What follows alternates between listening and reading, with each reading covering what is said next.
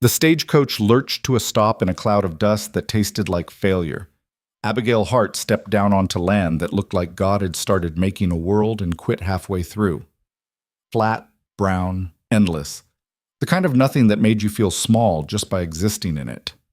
She had 17 cents in her pocket, a carpet bag with 2 dresses and a broken hairbrush, and absolutely no plan beyond get off this coach before the driver asked questions. The town, if you could call it that, consisted of a general store, a saloon, a church with a leaning steeple, and about a dozen buildings that looked like they were in an argument with gravity.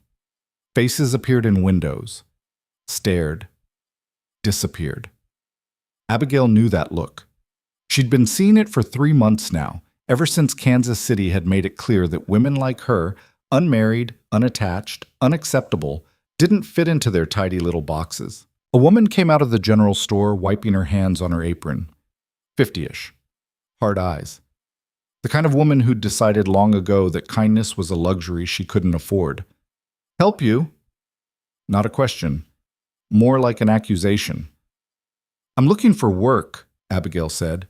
She kept her voice steady, dignified, like she had options, like this wasn't her last stop before the edge of the earth. The woman's eyes traveled over her, the worn dress, the thin coat, the desperation that probably clung to Abigail like smoke. What kind of work? Any kind. Cooking, cleaning, laundry. I can sew. I can... You married?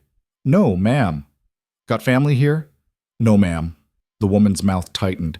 Then you best get back on that coach. We don't take in strays. I can work, Abigail said. The steadiness cracked, just a little. I don't need much, just... I said no. The woman stepped back inside and shut the door. Abigail stood there, dust settling around her feet, and felt the world shrink down to a single, terrible point, nowhere left to go. She tried the church. The reverend's wife took one look at her and said, "We help Christian families in need. Are you a Christian family?" She tried the saloon. The owner laughed in her face. "Honey, if you're looking for that kind of work, you're in the wrong town. We got standards here." By the time the sun started dropping toward the horizon, Abigail was sitting on her carpet bag outside the general store watching her 17 cents like it might multiply through sheer willpower. The stagecoach had left 2 hours ago. She was stuck. A wagon rolled past, weathered wood, 2 tired horses, a man driving who didn't so much as glance her direction. Then another. Then nothing. The street emptied as the light bled out of the sky. Abigail pulled her coat tighter. October wind in this country didn't mess around. It came straight off the plains with nothing to slow it down. And it had teeth. She was trying to figure out if the general store had an overhang she could sleep under when she heard boots on the boardwalk. A man. Tall. Maybe 40. Wearing range clothes that had seen better years and a hat pulled low enough that she couldn't see much of his face. He walked like someone who'd forgotten other people existed. He went into the general store. Came out 5 minutes later with a burlap sack slung over one shoulder. Abigail stood up. Desperation made you brave, or at least stupid enough to fake it. "Excuse me." He stopped. Didn't turn around, just stopped.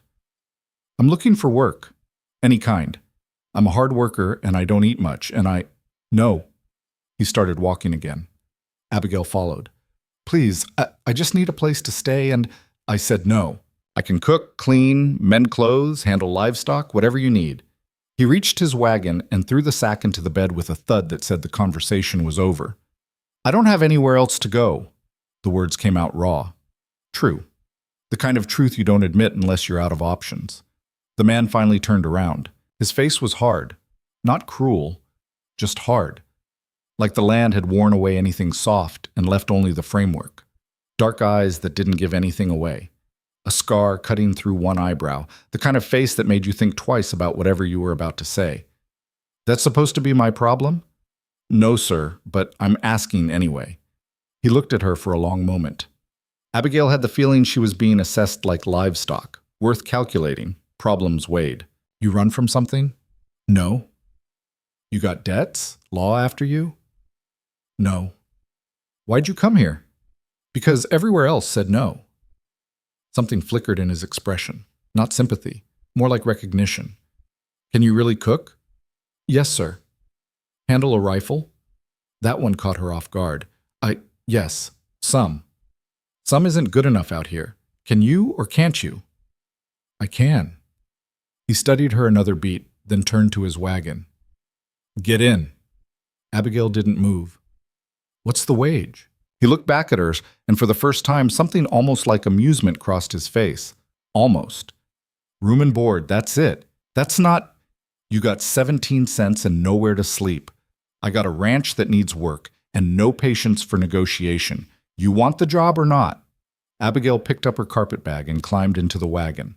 They rode in silence. The town disappeared behind them, swallowed by dusk and distance. The land opened up into something vast and empty. Rolling plains that went on forever, broken only by the occasional tree that looked like it had given up trying. After about 20 minutes, the man spoke. Name's Caleb Vance. Abigail Hart. You know anything about ranching? Not much. Figures. He didn't sound particularly bothered by it. You'll learn or you'll leave. Those are the options. What kind of ranch? Cattle? Some horses? Couple 100 acres of land that wants to kill everything on it. Sounds welcoming. He almost smiled. Almost. It's not. The silence settled back in. Abigail watched the darkness creep across the plains and tried not to think about what she'd just agreed to. A stranger, a remote ranch, no pay. No way back. But no way back had been true for months now. At least this direction had a roof at the end of it. The ranch appeared like a wound in the landscape, a cluster of rough buildings huddled against the wind. Main house, barn, a couple of outbuildings that looked like they were holding on through spite alone. No lights, no sign of life beyond the structures themselves. Caleb pulled the wagon up to the house and climbed down without a word. Abigail followed, her legs stiff from the ride. The house was small, single-story, wood that had weathered to gray, a porch that tilted slightly to one side. Caleb pushed open the door and lit a lamp. The interior matched the exterior, functional, sparse, nothing wasted on comfort. A main room with a table, 2 chairs, a stove, 2 doors leading to what she assumed were bedrooms, shelves with supplies, a rifle mounted over the door, everything clean but worn, like it had been used hard and often. You'll sleep there. Caleb pointed to one of the doors. Wake up at dawn. Breakfast is whatever you can make from what's in the pantry. After that, I'll show you what needs doing. Yes, sir. He set the lamp on the table and looked at her straight on for the first time since they'd left town. I don't allow drinking. I don't allow stealing. I don't allow laziness. You break those rules, you're gone. Understood? Yes, sir. And I don't answer questions about my business. You do your work, I do mine, and we don't pry into each other's lives. That clear? Yes, sir. He nodded once. Then we're done talking. He took the lamp and disappeared into his room, leaving Abigail standing in darkness broken only by moonlight through the window. She made her way to her room by feel. It was barely bigger than a closet. Narrow bed, single blanket, nothing else. The mattress was thin and lumpy and smelled like dust. Abigail sat down on it and let out a breath she didn't know she'd been holding. She'd done it, found a place, bought herself time. The cost would come later. Dawn came cold and gray. Abigail woke to silence so complete it felt like the world had ended during the night. She dressed quickly, the same worn dress because the other one wasn't any better, and stepped into the main room. Caleb was already up, standing by the window with a cup of coffee, staring out at nothing. Morning, Abigail said. He grunted. Might have been acknowledgement. Might have been clearing his throat. She found the pantry, flour, salt, beans, coffee, jerky, not much else, and got to work. Biscuits seemed safe. Hard to mess up, harder to offend with. Caleb sat down at the table without comment and ate in silence. The biscuits were decent. Not great, but decent. He didn't complain. When he was done, he pushed back from the table and stood. Come on. The ranch looked worse in daylight. Fences that needed mending, a barn with gaps in the walls, equipment that had seen better decades. Everything had the same quality as the house, functional, worn, held together by necessity. Caleb walked her through it like a sergeant briefing a recruit. Chickens need feeding and watering every morning. Collect eggs. You see any predators near the coop, you shoot them. What kind of predators? The kind with teeth. He kept walking. Barn needs mucking daily. Horses need feeding, watering, grooming. Tack needs maintenance. Check for wear. Oil the leather. Replace anything broken. They reached a corral where 3 horses stood watching with expressions that suggested deep skepticism about humanity. Can you ride? Some. Learn to do it better. You'll need to move cattle, check fences, cover ground. This isn't town. You can't walk everywhere. They spent the next hour going over tasks, where things were kept, how things were done, what needed daily attention, and what could wait. Caleb spoke in short, clipped sentences, like words cost money he didn't have. By mid-morning, Abigail's head was swimming with information, and her hands were already sore from work she hadn't started yet. Questions? Caleb asked. How many cattle? About 100 head, spread out. You won't see them all at once. Any other hands? No. Just you? Just me. He looked at her. Just us now. The weight of it hit her then, the isolation, the silence, the sheer amount of work required to keep this place running. Get started on the barn, Caleb said. I'll be out checking the north fence line. He left her there, mounted one of the horses, and rode off without looking back. Abigail stood in the yard, alone with the wind and the work, and made herself a promise. I will not fail at this, whatever it took. The first week nearly killed her. Not literally, though there were moments when literal death seemed like the easier option, but in the way that hard labor kills softness, kills hesitation, kills the parts of you that thought they mattered. Her hands blistered, then bled, then calloused. Her back discovered muscles she didn't know existed and made them scream. She learned that chickens were vicious little dinosaurs who held grudges, that horses could sense fear from a mile away, and that mucking a barn in October meant frozen manure that didn't shovel so much as chip. Caleb barely spoke. He'd give instructions in the morning, terse, specific, and then disappear into the work. Sometimes she'd see him at a distance, riding the fence line or moving cattle. Sometimes he'd be gone all day. Meals were silent. He'd eat whatever she made, nod once if it was acceptable, say nothing if it wasn't. Then he'd go to his room, and that would be the last she'd see of him until dawn. It was the loneliest existence Abigail had ever known. But it was also the first time in months she'd felt something like safety. On the 8th day, she finished the morning chores early and decided to tackle the fence near the barn. Several posts were loose, wire sagging. She'd watched Caleb do repairs and thought she understood the basics. She was wrong. The post puller slipped, the wire snapped, and she ended up on her back in the dirt with her hand bleeding from where the barb had caught her palm. What are you doing? Abigail looked up to find Caleb standing over her, expression unreadable. Fixing the fence. That's not how you fix a fence. He reached down, pulled her to her feet with surprising gentleness, then looked at her hand. You need to clean that.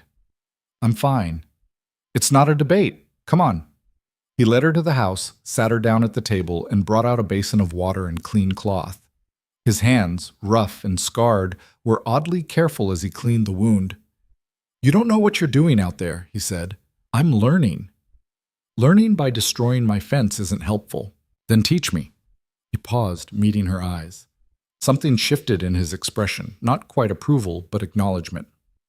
Tomorrow, he said. I'll show you. It was the first real conversation they'd had. Tomorrow became a series of tomorrows. Caleb started teaching her, not patiently, not kindly, but thoroughly. How to string wire properly. How to read a horse's mood before mounting. How to shoot straight despite wind and distance. How to track cattle by their patterns. How to predict weather by the feel of the air. He didn't soften, didn't offer encouragement, but he stopped leaving her to figure everything out alone. And slowly, so slowly, Abigail almost didn't notice, something changed between them. It started with small things. Caleb fixing coffee before she woke up. Abigail mending his torn shirt without being asked. Him leaving game by the door so she'd have fresh meat to cook. Her remembering he took his coffee black and bitter, no sugar. They fell into a rhythm. Not friendship, nothing so warm as that, but partnership. The kind built on shared work and mutual reliance. One evening, about 3 weeks in, they were eating supper when Caleb spoke without prompting. Why'd everywhere else say no? Abigail looked up from her plate. The question had been waiting since the day they met. She'd known it would come eventually. Because I'm unmarried. Unattached, no family, no husband, no prospects. She kept her voice level. Towns like to think they're civilized. That means women like me don't fit the picture. What's wrong with being unmarried? Nothing. Everything. Depends who's judging. Caleb considered that. This town give you trouble? Not yet. Haven't been back since you picked me up. Keep it that way. It wasn't sympathy, it was strategy. But coming from him, it felt almost protective. November came hard and mean. The temperature dropped. The wind picked up. The work got harder. Frozen ground, frozen water, frozen everything. One morning, Abigail woke to find snow falling in thick, heavy flakes that turned the ranch into something otherworldly, beautiful and brutal at the same time. Caleb was already up, layering on extra clothes. We need to move the cattle closer, he said. Storm's coming, big one. They spent the day on horseback, rounding up scattered cattle and pushing them toward the near pasture where they'd have some shelter from the barn and tree line. It was exhausting work. The animals didn't want to move, the snow made visibility terrible, and the cold bit through every layer.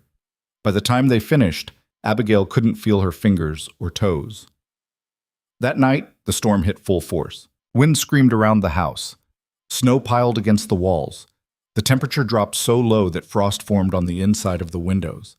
Abigail sat close to the stove, wrapped in every blanket she owned, and wondered if this was how she'd die, frozen in the middle of nowhere, on a ranch where no one even knew her name. Caleb came out of his room carrying an extra quilt. Here. I'm fine. You're shivering. Take it. She took it. The weight of it, the warmth, felt like mercy. He sat down at the table with his coffee and stared at the stove like he was trying to read the future in the flames. This happen often? Abigail asked. Winter, every year. Storms like this? Often enough. He sipped his coffee. You regretting coming here yet? Every day. He almost smiled. Honest. You want pretty lies or the truth? Truth's harder to come by. They sat in silence, listening to the wind try to tear the world apart. Why do you stay? Abigail asked. Out here, alone. Caleb's jaw tightened. For a moment she thought he wouldn't answer. Then, had a wife once, a daughter. Fever took them both in a single week. His voice was flat, empty of everything except the fact itself. After that, didn't see the point in being around people. Abigail felt something crack in her chest. I'm sorry. It was a long time ago. Doesn't make it hurt less. He looked at her then, really looked, and she saw the truth under all that hardness. He was just as broken as she was, just wore it differently. No, he said quietly. It doesn't. The storm raged for 3 days. When it finally passed, the world was buried under 2 feet of snow and silence so deep it hurt your ears.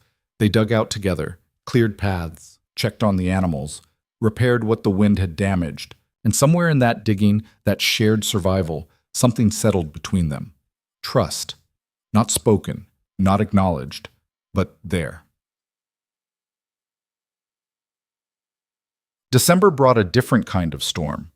Abigail was in town. Caleb had sent her for supplies, said it was time she learned to handle the wagon herself, when she ran into them. 3 men from Kansas City, men who'd made it their business to know her business and spread it like gospel. She was coming out of the general store when they stepped in front of her. Well, well, Abigail Hart, didn't expect to see you out here. The speaker was Thomas Reed, mid-30s, handsome in a way that made your skin crawl. He'd been the one leading the Whisper campaign back home. Excuse me, Abigail said, trying to step around him. He moved to block her. Now, that's not very friendly. We came all this way, least you could do is talk. I have nothing to say to you. Heard you're working for Caleb Vance now, that true? She didn't answer. Reed smiled. Must be desperate taking in someone like you. Or maybe he doesn't know what kind of woman you are. Get out of my way. We're just here to help, Abigail. This town deserves to know what they're dealing with. Don't want them making the same mistakes we did back home. Rage flooded through her, hot and sharp and dangerous. The only mistake, she said, voice low and hard, was people like you deciding you had any say in how I lived my life. A woman alone, no husband, no morals, that's everyone's business. My life is my own. Not how civilized society works, sweetheart. Abigail stepped forward, close enough to see the surprise flicker in his eyes. Then I guess I'm not civilized. She shoved past him, loaded the supplies into the wagon, and drove away with her hands shaking on the reins. But she knew this wasn't over. Reed and his companions were still in town when Abigail drove the wagon back toward the ranch. She could feel their eyes on her back, could feel the poison they were already spreading. By nightfall, every person in that town would know her name, and a version of her story twisted just enough to make her the villain. She didn't tell Caleb right away. Wasn't sure how to explain that her past had followed her here like a disease. Instead, she unloaded the supplies in silence, put everything away, and started preparing supper with hands that still trembled slightly. Caleb noticed. Of course he noticed. The man didn't miss much. Something happened in town? Abigail kept her eyes on the potatoes she was peeling. Nothing I couldn't handle. That's not what I asked. She set down the knife and turned to face him. Some men from Kansas City showed up. They recognized me. His expression didn't change, but something in his posture shifted, tightened. What did they want? To make trouble. They think this town needs to know about me, about why I left. And why did you leave? There it was. The question she'd been avoiding since the day she arrived. Because they decided an unmarried woman without family or prospects was a threat to their precious morality. Because I refused to apologize for existing on my own terms. Because staying meant either marrying whoever would have me or disappearing entirely. She picked the knife back up, gripped it harder than necessary. So I left, and they followed anyway. Caleb was quiet for a long moment. Then he walked to the door, took his coat off the hook, and started putting it on. Where are you going? To have a conversation. Caleb, don't. It'll just make things worse. He looked at her, and his eyes were cold as January. Nobody comes to my town, threatens someone under my roof, and walks away thinking they won. They didn't threaten me. Not directly. They came here to destroy you. That's threat enough. He settled his hat on his head. I'll be back before dark. He was gone before she could argue further. Abigail stood in the kitchen, heart pounding, and wondered what she'd just set in motion. Caleb returned 3 hours later. He didn't say what happened, and Abigail didn't ask, but she noticed his knuckles were scraped raw, and there was a dark satisfaction in his eyes that suggested the conversation hadn't been purely verbal. Over the next few days, a different kind of tension settled over the ranch. They went about their work as usual, but there was an edge to everything now. A waiting quality, like the air before lightning strikes. The storm broke on a Saturday morning. Abigail was feeding the chickens when she heard horses. Multiple horses. She straightened, shielding her eyes against the sun, and counted 5 riders approaching from the direction of town. Caleb emerged from the barn, rifle in hand but held low. Not threatening yet, just ready. The riders stopped at the edge of the property. Thomas Reed was in front, flanked by 2 of his friends and 2 local men Abigail recognized from town, including the Reverend. Morning, Vance, Reed called out. His tone was friendly, too friendly. Mind if we have a word? State your business. Just concerned citizens checking on the welfare of this community. Reed's smile was sharp. See, we've learned some disturbing information about the woman you've taken in. Her name is Abigail Hart. Use it. Miss Hart, then. Reed's eyes found Abigail across the yard. We know about her past, about her situation, and we feel it's our Christian duty to inform you that harboring such a woman reflects poorly on this community. You rode all the way out here to share gossip? Caleb's voice was flat, dangerous. The Reverend spoke up, looking uncomfortable but determined.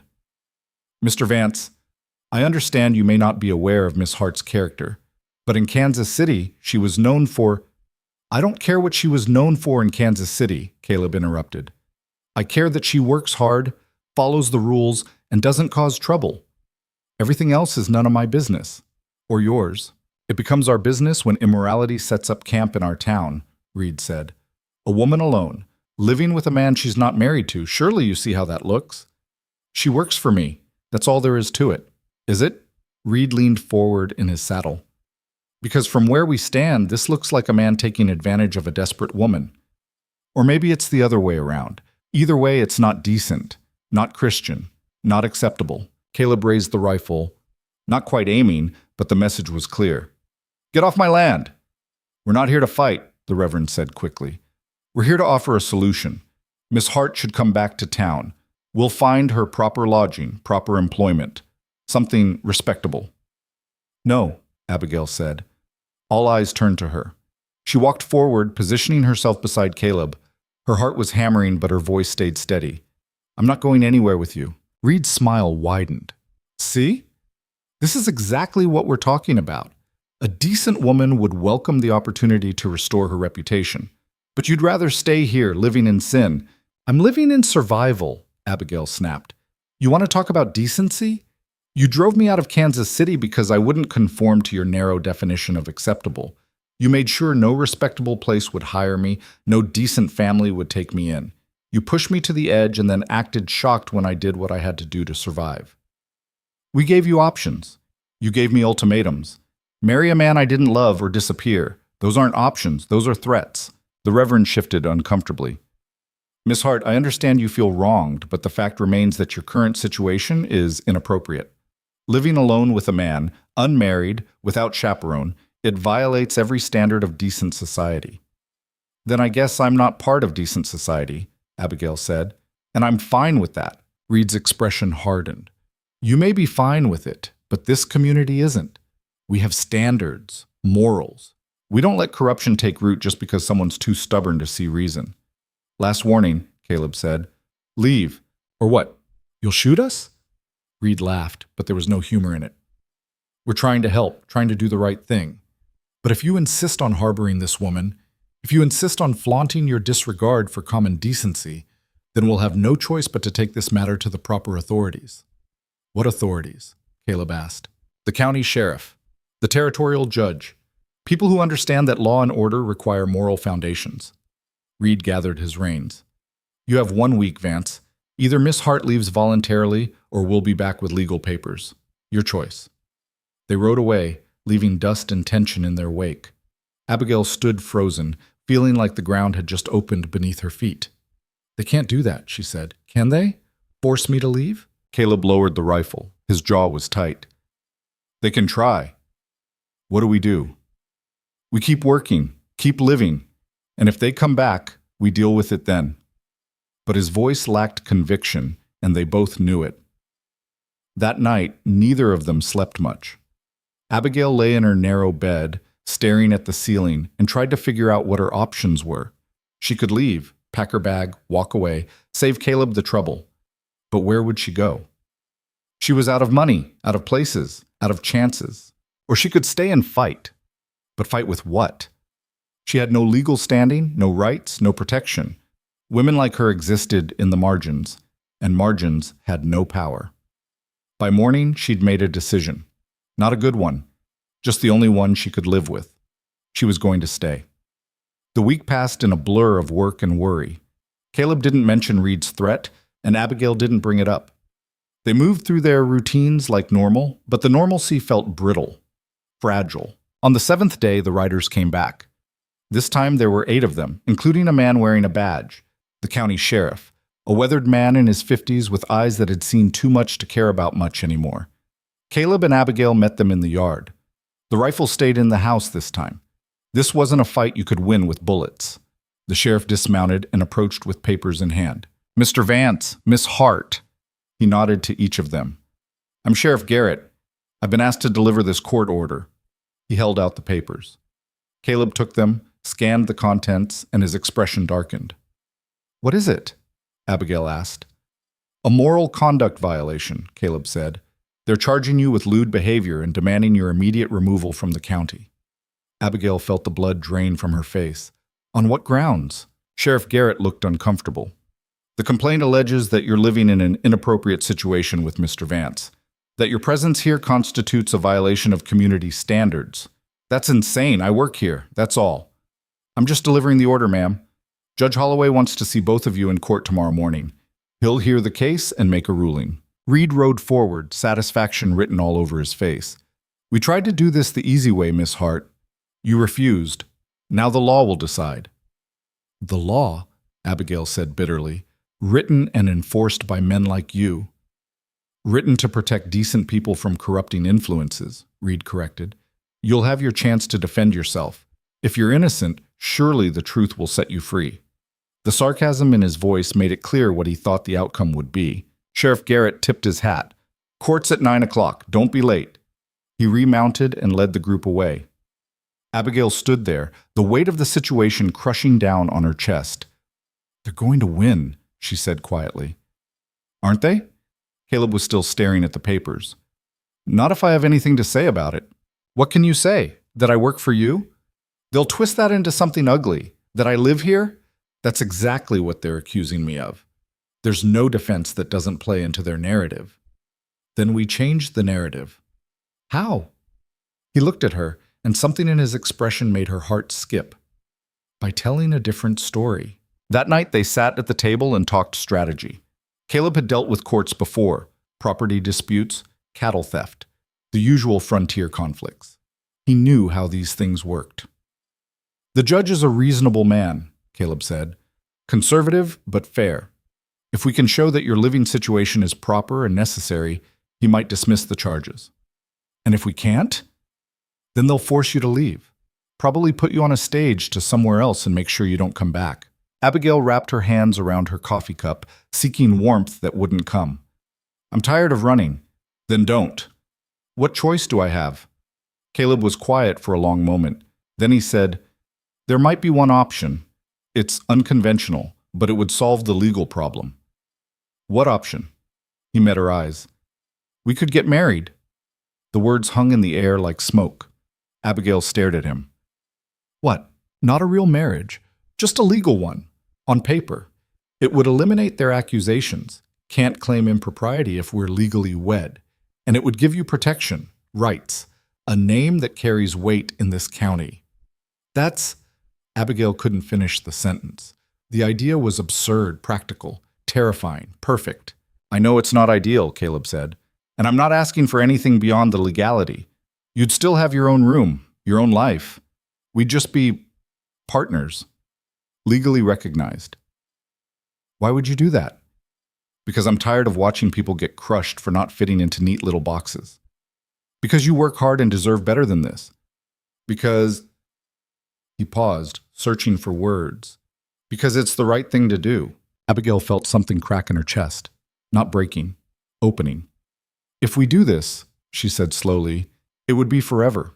Or at least until one of us dies. You understand that? I understand. You'd be tied to me. People would talk, they already do, but this would make it official. Let them talk. She studied his face, looking for doubt or reservation. Found none. You're serious. I don't say things I don't mean. Abigail thought about it. Really thought about it. Marriage to a man she barely knew. A man who'd given her a chance when no one else would. A man who was offering protection without demanding anything in return. It wasn't love. Wasn't romance. Wasn't anything like what people dreamed about when they thought about marriage. But it was real. Solid. A foundation built on respect and mutual need. Okay, she said. Caleb blinked. Okay? If you're willing to do this, then yes, I'll marry you. He nodded once, like they'd just agreed on a business transaction, which, in a way, they had. We'll tell the judge tomorrow, he said. First thing.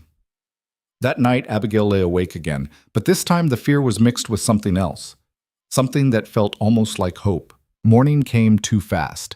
They dressed in their best clothes, which wasn't saying much, and rode into town in tense silence. The courthouse was a modest building that doubled as the town hall and meeting house. By the time they arrived, a crowd had already gathered. News traveled fast in small towns. Everyone wanted to see the scandalous woman get what was coming to her. Reed was there, smug and satisfied. The Reverend looked uncomfortable but determined. Sheriff Garrett stood by the door, expression neutral. Judge Holloway entered at precisely 9 o'clock. He was a thin man with silver hair and sharp eyes that missed nothing. He took his seat, arranged his papers, and looked out at the assembled crowd. We're here to address a complaint filed by Mr. Thomas Reed and several concerned citizens regarding the living situation of Miss Abigail Hart. Mr. Reed, you may present your case. Reed stood, every inch the righteous crusader. Your Honor, this is a simple matter of public morality. Miss Hart, a woman of questionable character, has been living alone with Mr. Caleb Vance for the past 2 months. This arrangement violates every standard of decent behavior and sets a dangerous precedent for our community. We ask that she be ordered to leave the county immediately." "And what evidence do you have of immoral behavior?" the judge asked. "The situation itself is evidence, Your Honor. An unmarried woman living with an unmarried man is not inherently illegal," the judge interrupted. "Do you have evidence of actual impropriety?" Reed faltered. "The impropriety is in the appearance, Your Honor. In the message it sends to—" "I asked for evidence, Mr. Reed, not speculation or assumptions. We have testimony from people in Kansas City about Miss Hart's character." "I'm not interested in gossip from Kansas City. I'm interested in facts from this county." Judge Holloway turned to Abigail. "Miss Hart, do you have anything to say in your defense?" Abigail stood. Her legs felt unsteady, but her voice came out clear. "Your Honor, I work for Mr. Vance. I maintain his household, help with the ranch, and earn my keep through honest labor. There's nothing immoral about working for a living." "And your living arrangements?" "I have my own room. We maintain separate lives under the same roof out of practical necessity. The ranch is remote. There's nowhere else to stay." "That doesn't change the appearance of impropriety," Reed interjected. "Mr. Reed, I'll thank you to let me conduct this hearing," the judge said sharply. He looked at Caleb. "Mr. Vance, what's your perspective?" Caleb stood. "Miss Hart is a hard worker and an honest person. She needed work. I needed help. It's a practical arrangement, nothing more. So you acknowledge that she lives in your home, unmarried, without chaperone?" "I acknowledge that she works for me and lives on my property. The rest is people making assumptions because they've got nothing better to do." A murmur ran through the crowd. Judge Holloway banged his gavel. "Order. Mr. Vance, I appreciate your candor, but you must understand that appearances matter in a civilized society. The complaint may be rooted in moral panic, but it's not entirely without merit. The situation does raise questions." This was it. The moment. "Your Honor," Caleb said, "if the issue is our marital status, then I have a solution." The judge raised an eyebrow. "Go on." "Miss Hart has agreed to marry me. We can make it official today if you're willing to perform the ceremony." The crowd erupted. Reed shot to his feet. "This is a sham, a transparent attempt to To what, Mr. Reed?" Judge Holloway cut him off. "To legitimize their relationship through legal marriage? That's exactly what you claim to want. They're only doing this to avoid the consequences. They're doing this to comply with the very standards you're demanding they uphold." The judge looked at Caleb and Abigail. "Is this true? You both consent to this marriage?" "Yes, Your Honor," Caleb said. "Yes," Abigail added. Judge Holloway leaned back in his chair, studying them. The courtroom held its breath. "Very well," he said finally. "I see no legal impediment to this union. Mr. Vance is of age and sound mind. Miss Hart is of age and sound mind. If you both consent, I'll perform the ceremony immediately." "Your Honor, this is outrageous," Reed protested. "You're letting them manipulate. I'm letting them exercise their legal right to marry. Unless you have specific grounds to object." "Legal grounds, Mr. Reed, not moral opinions. Then I suggest you sit down." Reed sat, his face red with fury. The judge stood. "Abigail Hart, Caleb Vance, please step forward." They did. Abigail's heart was pounding so hard she could barely hear over the rush of blood in her ears. This was happening, actually happening. Judge Holloway pulled out a worn book and flipped to the relevant page. "Do you, Caleb Vance, take Abigail Hart to be your lawfully wedded wife?" "I do." "Do you, Abigail Hart, take Caleb Vance to be your lawfully wedded husband?" Abigail looked at Caleb. His face was steady, certain, offering her a way forward without asking for anything she couldn't give. "I do." "Then by the power vested in me by the territory, I pronounce you husband and wife. What has been joined here today, let no man tear asunder." He closed the book. "You may, well, that's up to you." They didn't kiss, didn't embrace, just stood there, newly married in the eyes of the law, while the courtroom buzzed with shock and outrage. Judge Holloway banged his gavel. "The complaint is hereby dismissed. Mrs. Vance is legally entitled to reside with her husband. This court is adjourned." He swept out, leaving chaos in his wake. Reed pushed through the crowd toward them, fury radiating off him in waves. "This isn't over," he hissed. "Everyone here knows this is a fraud, a desperate ploy.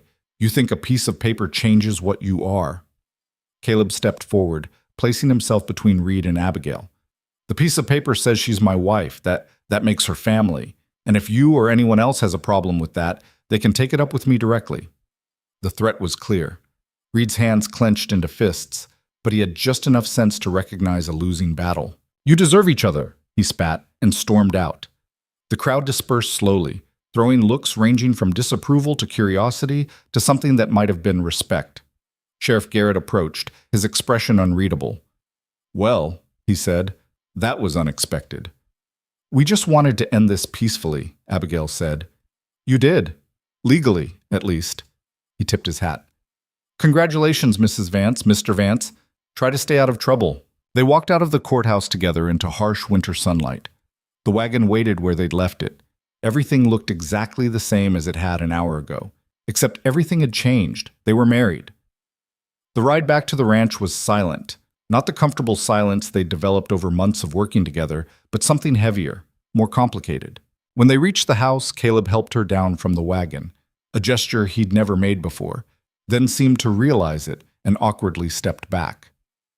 I'll see to the horses, he said. I'll start supper. They scattered to opposite ends of the property like startled birds. Abigail stood in the kitchen, staring at the stove, and tried to process what had just happened. She was married to Caleb Vance, a man she'd known for 2 months, a man who'd offered her protection without asking for anything in return. A good man, she realized. Hard and damaged and isolated, but fundamentally good. And now he was her husband. The word felt strange, foreign, like clothing that didn't quite fit. She started preparing supper on autopilot. Beans, cornbread, coffee. Simple, familiar, something to anchor her while her mind spun in circles. Caleb came in half an hour later, washed up at the basin, and sat down at the table. They ate in silence. Finally, Caleb cleared his throat. Nothing has to change, he said, between us, if you don't want it to. Abigail looked at him. Everything's already changed. The legal status changed. The rest, that's up to us. Is it? She set down her fork. We're married now. People will have expectations. People always have expectations. Doesn't mean we have to meet them. What do you expect? The question caught him off guard. He thought about it, really thought about it. I expect you to keep being yourself, he said finally, to work hard, to say what you mean, to not disappear into whatever role you think I want you to play. He met her eyes. I married you to give you protection, legal standing, a name that matters. I didn't marry you to change you. Something in Abigail's chest loosened. What if I want things to change? Caleb went very still. What do you mean? I mean, she struggled to find the words. I mean, what if I don't want this to just be a legal arrangement? What if I want it to be real? The silence stretched between them, thick and charged. Abigail, I'm not saying right now. I'm not saying tomorrow. I'm just saying maybe, eventually, if we both... She stopped, frustrated with her own inability to articulate what she was feeling. I'm saying I don't want us to be strangers who happen to share a name. Caleb's expression softened. We're not strangers. No, we're not. She smiled, small and tentative. We're partners. We are. And now we're married. We are. So, what happens next? Caleb reached across the table and took her hand.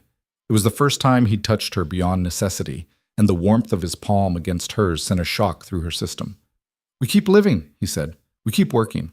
We figure it out as we go. It wasn't romantic, wasn't a declaration of love or a promise of forever happiness, but it was honest, real, a foundation they could build on. Okay, Abigail said. Okay. They finished supper, cleaned up together, and went about their evening routines. But something had shifted. Some wall had come down. When Abigail said goodnight and headed to her room, Caleb stopped her. Abigail? She turned. Thank you for saying yes. She smiled. Thank you for asking. That night, she fell asleep feeling something she hadn't felt in months. Safe. The morning after their courthouse wedding, Abigail woke to the smell of coffee already brewing. She lay there for a moment, staring at the rough wooden ceiling, and let the reality settle over her like a blanket. She was married. Mrs. Vance. The name felt strange in her mind, like a coat she hadn't quite grown into yet. When she emerged from her room, Caleb was standing by the stove, pouring coffee into 2 cups. He glanced up, and for a second something awkward passed between them. The uncertainty of people who'd crossed a line but weren't sure what the new boundaries were. "Morning," he said. "Morning." He handed her a cup. Their fingers brushed, and they both pretended not to notice. "Thought we could work on the south fence today," Caleb said, falling back into the familiar territory of ranch talk. "Wire's been loose since the last storm." "Sounds good." They fell into their usual morning routine: breakfast, chores, preparation for the day's work. But there was a new quality to it now, something neither of them could quite name. Not romance, not even affection really, just a deeper kind of awareness. They were bound together now, legally and publicly. The weight of that settled between them like a third presence. They rode out to the south fence line with tools and wire loaded in the wagon. The work was hard and familiar, requiring focus that left little room for awkward conversation. Caleb showed her how to tension the wire properly, how to twist it so it held without snapping. His hands, scarred and capable, moved with practiced efficiency. "You're getting better at this," he said after she completed a section on her own. "Had a decent teacher." "Decent?" He raised an eyebrow. "That's the best you can do?" She smiled despite herself. "Adequate." "Now you're just being cruel." It was the first moment of lightness between them since the wedding, and it felt like breathing after being underwater. They worked through the morning, the sun climbing higher and burning off the morning frost. Around noon, they stopped for water and the sandwiches Abigail had packed. They sat on the wagon bed, eating in comfortable silence, watching the cattle graze in the distance. "Do you think they'll leave us alone now?" Abigail asked. "Reed and the others?" Caleb considered the question. "For a while, maybe. The legal ruling was clear, but men like Reed don't give up easy. They'll wait, watch for mistakes." "What kind of mistakes?" "The kind that prove they were right about us all along." He took a drink from his canteen. "They want us to fail. Want this to fall apart so they can say they knew better." "Then we don't fail." "Simple as that?" "Simple as that." She met his eyes. "I didn't come this far to let men like Thomas Reed decide my fate." Something in Caleb's expression shifted. Approval, maybe. Respect. "No, I don't suppose you did." They finished the fence work by mid-afternoon and headed back to the ranch. As they approached, Abigail noticed a buggy parked near the house. Her stomach tightened. "Expecting someone?" she asked. "No." They pulled up to find a woman waiting on the porch. She was maybe 60, dressed in practical clothes, but carrying herself with a dignity that suggested she'd seen harder times and survived them. Her face was weathered but kind, her eyes sharp and assessing. "Caleb Vance," she said as they climbed down from the wagon. "Been a long time." "Mrs. Patterson." Caleb's tone was cautious, but not unfriendly. "Didn't expect to see you out here. Heard you got married. Thought I'd come see for myself." Her eyes shifted to Abigail. "You must be the bride." "Abigail Vance," Abigail said, the name still feeling foreign on her tongue. "Formerly Hart." Mrs. Patterson studied her with the kind of thoroughness that made Abigail want to stand straighter. "Heard about the courthouse drama. Whole town's talking about nothing else." "I imagine they are," Caleb said. "Most of it's foolishness, of course. People love their scandals." Mrs. Patterson turned back to Abigail. "But I also heard you stood up to Thomas Reed and his cronies. That true?" "I didn't really have a choice." "There's always a choice. Most people just don't have the spine to make the hard one." She nodded approvingly. "I like you already. Mind if I come in? Got something I want to discuss." They settled around the kitchen table with fresh coffee. Mrs. Patterson got straight to business. "I run a women's group in town. Nothing fancy, just women helping women. Teaching skills, sharing resources, that sort of thing. We meet twice a month at the church hall." "I didn't think the church would be too welcoming," Abigail said carefully. "The Reverend's a good man, even if he's susceptible to pressure from the wrong people. And the church hall belongs to all of us, not just the self-righteous ones." Mrs. Patterson took a sip of coffee. "Point is, I'd like you to join us." Abigail blinked. "Why?" "Because you're exactly the kind of woman we need. Someone who doesn't fold when things get hard. Someone who knows what it's like to fight for a place in this world." She set down her cup. "And because whether you like it or not, you're part of this community now. Might as well have some allies. I'm not sure I'd be welcome. You let me worry about that. Will you come? Next meeting's on Thursday. Abigail looked at Caleb. He gave a small shrug that said it was her decision. All right, Abigail said. I'll come. Mrs. Patterson smiled. Good. Fair warning. Some of the women will be cold at first. Give them time. They're not bad people, just scared of anything that disrupts their comfortable little world. She stood to leave. Oh, and one more thing. If you need anything, and I mean anything, you come find me. My husband and I have a farm about 5 miles north of town. You're not alone in this, understand? The kindness in her voice made Abigail's throat tight. Thank you. Don't thank me yet. Wait till you meet the whole group. Mrs. Patterson headed for the door, then paused. Caleb, you take care of this one. She's tougher than she looks, but everybody needs someone in their corner. I know, Caleb said quietly. After Mrs. Patterson left, Abigail and Caleb stood on the porch, watching her buggy disappear down the road. She's unexpected, Abigail said. She's one of the good ones. Her husband, too. They lost their son in the war, never had other children. I think she channels all that mothering energy into taking care of half the county. Were you close? Before? Before I lost my family, yeah. She brought food, helped with Sarah when she was sick. After they died, I pushed everyone away. She respected that, but she never stopped checking in. It was the most he'd said about his past in one sitting. Abigail filed away the name, Sarah, his daughter. Maybe I should go to that meeting, she said. See if there's any hope of fitting in here. You don't have to fit in, you just have to be yourself. Easy for you to say. You've been here long enough that people accept you. They tolerate me. There's a difference. He turned to look at her. But Mrs. Patterson's right about one thing. You're not alone. Whatever happens, you've got me. The simple certainty of it steadied something inside her. Thursday came faster than Abigail expected. She dressed carefully, nothing too fancy, nothing that would give the other women ammunition, and rode into town with nerves jangling in her chest like broken glass. The church hall was a modest building attached to the main church. Through the windows, Abigail could see a dozen or so women gathered inside, ranging in age from 20s to 70s. Her stomach churned.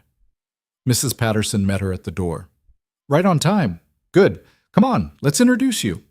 The conversation died the moment Abigail walked in.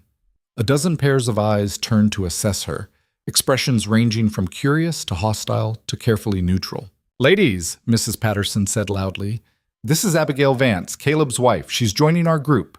A woman in her 40s with pinched features spoke up. I'm not sure that's appropriate given the circumstances. What circumstances would those be, Helen? Mrs. Patterson's voice was dangerously sweet. Helen flushed. Well, the way everyone knows it was a rushed marriage to avoid harassment from busybodies who couldn't mind their own business, Mrs. Patterson finished. Yes, I heard about that too. Shameful, really, grown men ganging up on a woman just trying to make an honest living. But she was living with him unmarried, and now she's married. Problem solved. Unless you're suggesting marriage doesn't count when it inconveniences your gossip. Mrs. Patterson's gaze swept the room. Anyone else have objections?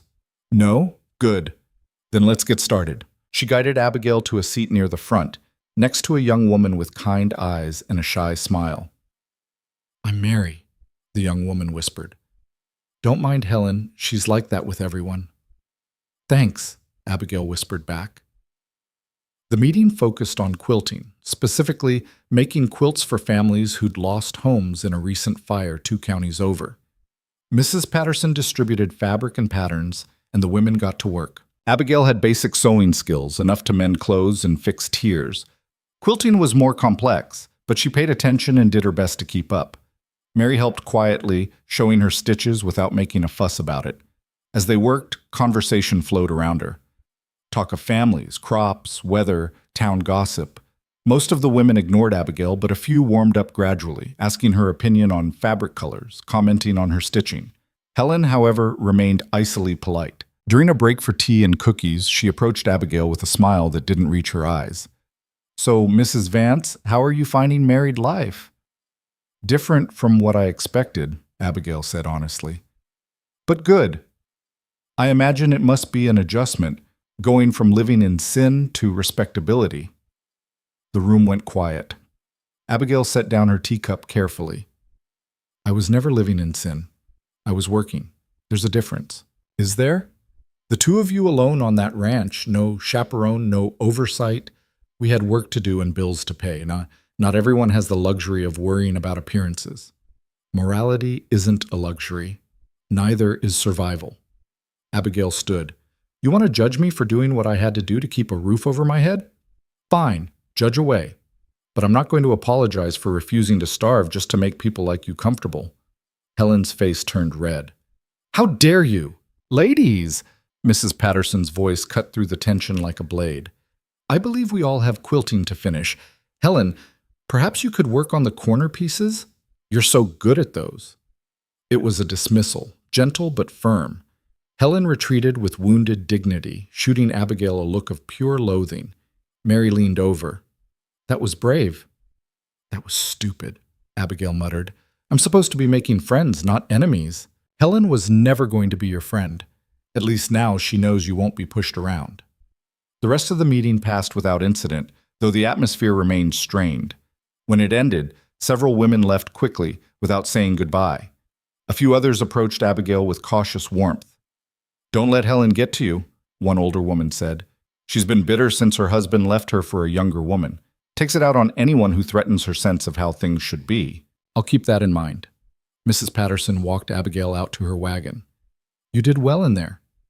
I made an enemy. You made several friends too. Mary, Sarah, old Mrs. Kendrick. That's not a bad start. She patted Abigail's arm. These things take time. Just keep showing up. Keep being yourself. Eventually they'll see what I see. What's that? Someone worth knowing. The word stayed with Abigail on the ride home, warming her against the December cold. Back at the ranch, Caleb was working in the barn when she arrived. He looked up from the harness he was repairing. How'd it go? Mixed. Made some friends, made at least one definite enemy. That's better than I expected, actually. She laughed despite herself. Your confidence in me is inspiring. I'm being realistic. This town doesn't warm up to outsiders easily. He set down the harness. But you're not an outsider anymore. You're my wife. That means something here, whether they like it or not. Does it? Mean something to you, I mean? The question hung between them. Caleb was quiet for a long moment. Yeah, he said finally. It does. They didn't elaborate. Didn't need to.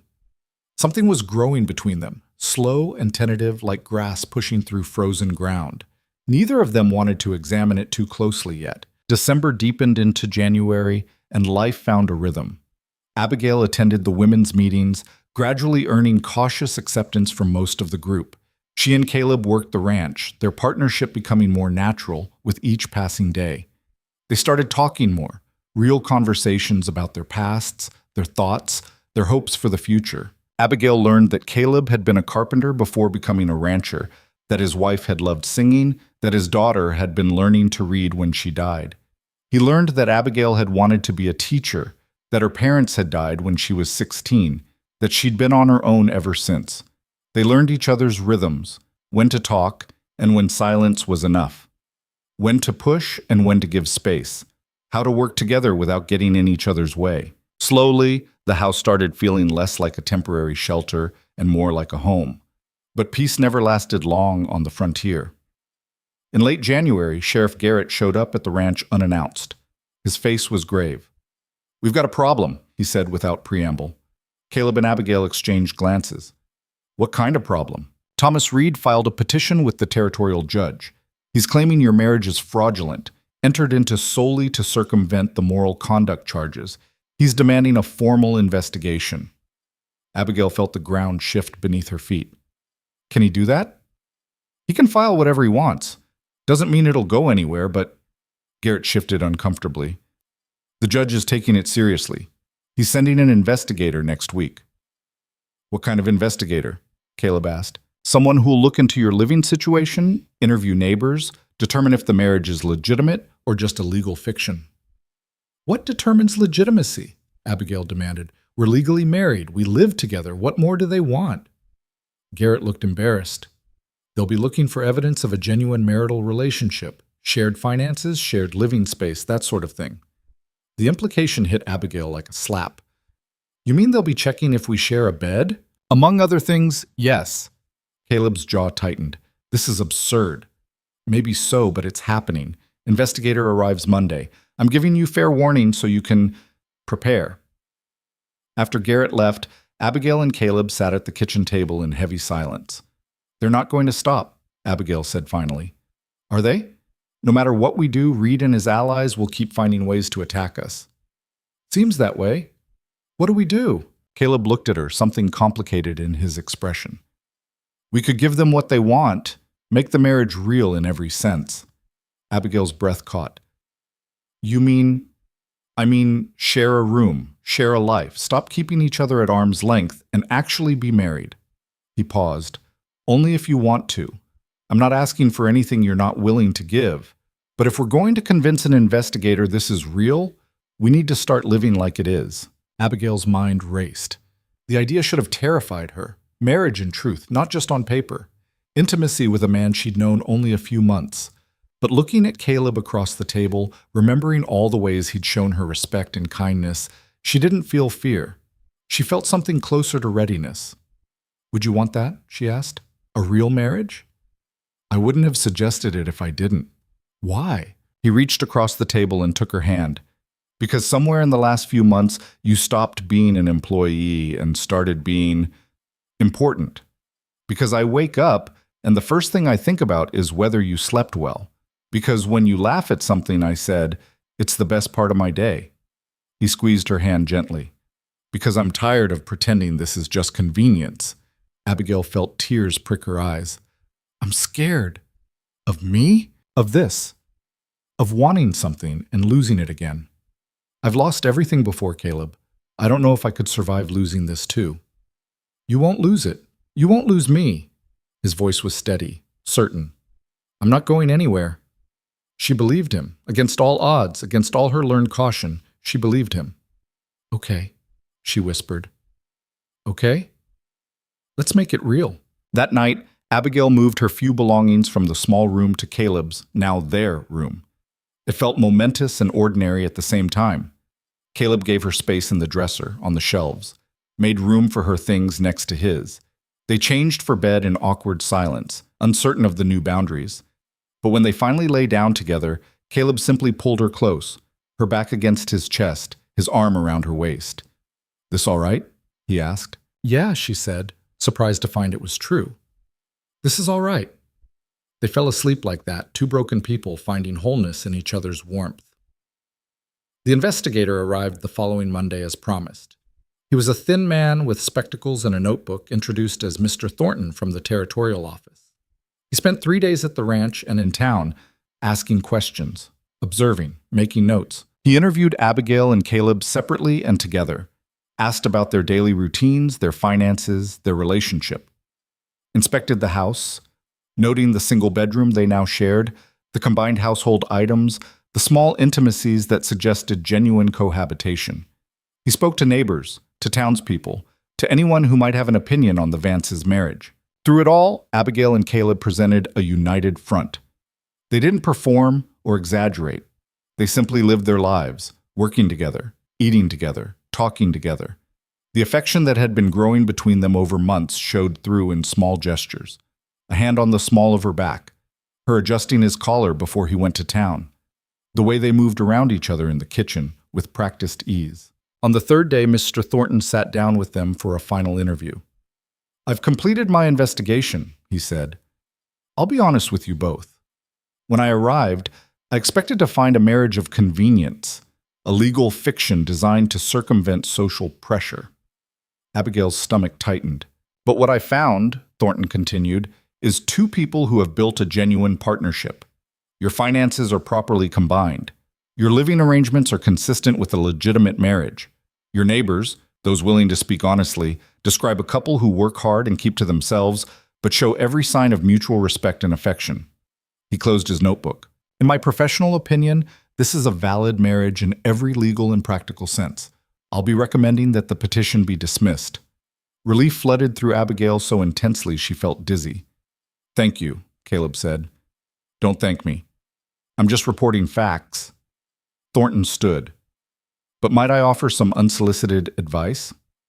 Go ahead, Abigail said. Stop worrying about what people like Thomas Reed think. You've built something good here. Don't let their judgment poison it. He tipped his hat. Good luck to you both. After he left, Abigail and Caleb stood in the kitchen, processing what had just happened. We won, Abigail said. We did. Reed's going to be furious. Let him be. Caleb pulled her into his arms, and she went willingly. I'm done caring what he thinks. She tilted her face up to look at him. When did this become real for you? The marriage, I mean. He thought about it. Probably that first night you moved into my room. When you fell asleep in my arms and I realized I'd been waiting for that feeling for years without knowing it. He brushed a strand of hair from her face. When did it become real for you? When you stood up to Reed and his men. When you offered to marry me knowing it would make your life harder. When you made space for me in every part of your life without asking for anything in return. She smiled. When I realized I didn't want to be anywhere else but here with you. He kissed her then, slow and gentle and full of promise. When they broke apart, Abigail rested her forehead against his. We're really doing this, aren't we? Building a life together. We are. Think we'll survive it? I think we'll do better than survive. He kissed her again, deeper this time. I think we'll thrive. The dismissal of Reed's petition should have been the end of it. Should have been the moment when they could finally breathe easy, settle into their life without looking over their shoulders. But Thomas Reed wasn't the kind of man who accepted defeat gracefully. 2 weeks after Thornton's report cleared them, Caleb rode into town for supplies and came back with tension written across his shoulders like a brand. Abigail was in the barn when he returned, and she knew immediately something had shifted. What happened? He dismounted slowly, tying the reins with more care than necessary. Reed's leaving, going back to Kansas City. That should have been good news. Abigail waited for the relief to come. It didn't. Why do you look like that's a problem? Because he's not just leaving, he's making sure everyone knows why. Caleb pulled a folded paper from his coat. He posted this all over town. Abigail took the paper and read. It was a printed letter addressed to the citizens of the territory declaring that while the law might have been satisfied by their marriage, Reed's conscience could not be. He wrote about the corruption of frontier society, about how legal technicalities shouldn't override moral truth, about how dangerous it was when people like Abigail Hart, he used her maiden name deliberately, were allowed to manipulate good men and decent communities. He ended with a warning that the town would regret tolerating such corruption, that it would spread like disease if left unchecked. He's poisoning the well on his way out, Abigail said quietly. Worse, he's giving permission. Everyone who already wanted to judge us now has a martyr to rally behind. Caleb took the paper back and crumpled it. I tore down every copy I could find, but the damage is done. That evening, they ate dinner in heavy silence. The food tasted like ash in Abigail's mouth. She'd thought they were past this, past having to prove themselves, past defending their right to exist. But Reed's parting shot made it clear that some battles never really ended. They just changed shape. I'm tired of fighting, she said finally. Caleb looked up from his plate. I know. Every time we think we've won, someone finds a new way to make us prove we deserve to be left alone. She pushed her food around. Is it always going to be like this? Maybe. People fear what they don't understand. You and me, what we've built. It doesn't fit their neat little categories. That scares them. So what do? We keep living, keep proving them wrong just by being happy. He reached across the table and took her hand. We don't give them the satisfaction of breaking us. She squeezed his hand. I don't know if I'm strong enough for that. You are. You've survived everything they've thrown at you. You'll survive this too. We, she corrected, will survive this. We, he agreed, but survival took different forms than either of them expected. The next Sunday, Abigail attended the women's group as usual. She walked into the church hall to find the atmosphere glacial. Conversations died when she entered. Women who'd been warming to her over the past week suddenly found reasons to look elsewhere. Mrs. Patterson met her at the door, her face troubled. Fair warning, she said quietly. Helen's been circulating Reed's letter. Half the women here read it this morning. Should I leave? Absolutely not. You hold your head high and you sit down like you belong here. Because you do. Abigail took her usual seat next to Mary, who gave her a small, supportive smile. But the rest of the room felt hostile in a way it hadn't since her first meeting. Helen wasted no time. "Ladies, before we begin, I think we need to address something." She stood, holding a copy of Reed's letter. "This document raises serious concerns about one of our members." "Helen, we're here to quilt, not to gossip," Mrs. Patterson said firmly. "This isn't gossip. It's a legitimate moral concern.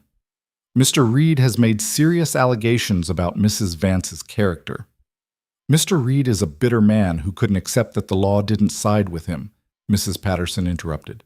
"And if you want to discuss character, perhaps we should discuss the character of a man who plasters hateful letters around town like a spoiled child throwing a tantrum. He's protecting this community from what? A woman who works hard and minds her own business? A woman who's shown more courage in 4 months than most of us show in a lifetime?" The room had gone completely silent. Every woman was watching the confrontation unfold. Helen's face was red. You can't deny that her marriage to Caleb Vance was suspicious. Everyone knows it was done to avoid the consequences. The consequences of what? Abigail stood up, surprised by her own voice. Of refusing to marry a man I didn't love just because society said I should? Of working for a living instead of starving quietly? Of making choices about my own life? Of living in sin? I worked for a man who paid me in room and board. Then I married him. Where exactly is the sin in that? Helen's mouth opened and closed. The timing was forced by men like Thomas Reed who decided they had a right to control my life. Abigail looked around the room, meeting eyes that quickly looked away. "I'm tired of apologizing for surviving. If that makes me immoral in your eyes, then fine. Judge me, but I'm not going to stand here and accept that I did something wrong by refusing to disappear. You manipulated Caleb Vance into marrying you. I accepted his offer. He's a grown man who makes his own decisions. Or do you think so little of men that you believe they can't think for themselves?" That landed. Several women shifted uncomfortably. Mrs. Patterson stepped forward. "I think we've had enough of this. Helen, you can either sit down and work on your quilt or you can leave, but this inquisition is over." Helen gathered her things with shaking hands. "I won't be part of a group that tolerates this kind of behavior. Anyone with a shred of decency should feel the same." She looked around expectantly. 2 women stood and followed her out. The rest stayed, though their faces showed varying degrees of discomfort. After the door slammed, Mrs. Patterson sighed. "Well, that was unpleasant." "I'm sorry," Abigail said. "I didn't mean to cause a scene." "You didn't cause anything. Helen's been looking for an excuse to feel righteous for years. You just gave her a target." Mrs. Patterson raised her voice slightly. "Now, for those of us who actually came here to be useful, we have quilts to finish." The meeting continued, but the atmosphere remained strained. When it ended, Mary walked Abigail out to her wagon. "I'm sorry about Helen," Mary said. She's Helen. It's fine, I'm used to it." "You shouldn't have to be." Mary hesitated, then said, "For what it's worth, I think you're brave, and I don't believe anything Reed said in that letter." "Thank you." Abigail meant it. In a sea of judgment, small kindnesses felt like lifelines. But small kindnesses weren't enough to stop the tide. Over the following weeks, Abigail noticed the change. In town, people who'd been neutral or cautiously friendly turned cold. Shopkeepers were curt. Women crossed the street to avoid her. The Reverend, who'd been polite if distant, now looked at her with open disapproval. Even Mrs. Patterson's support couldn't entirely shield her. At the next women's group meeting, attendance was down. The meeting after that, it was worse. By March, the group had split entirely. Those loyal to Mrs. Patterson on one side, Helen's faction on the other. Abigail stopped attending. It hurt too much to watch good people choose sides over something that shouldn't have been a battle in the first place. The isolation would have been crushing if not for Caleb. He became her anchor, her constant. On the ranch, away from judging eyes, they built a life that felt real and solid and theirs. The work was still hard. The land was still unforgiving. But they faced it together. Caleb taught her to shoot properly, spending hours at target practice until she could hit what she aimed at 9 times out of 10. He taught her to track animals, to read weather, to fix equipment when it broke. She taught him that meals could be more than fuel, that a clean house felt different than a merely functional one, that talking about feelings didn't make you weak. They learned each other's bodies slowly, carefully.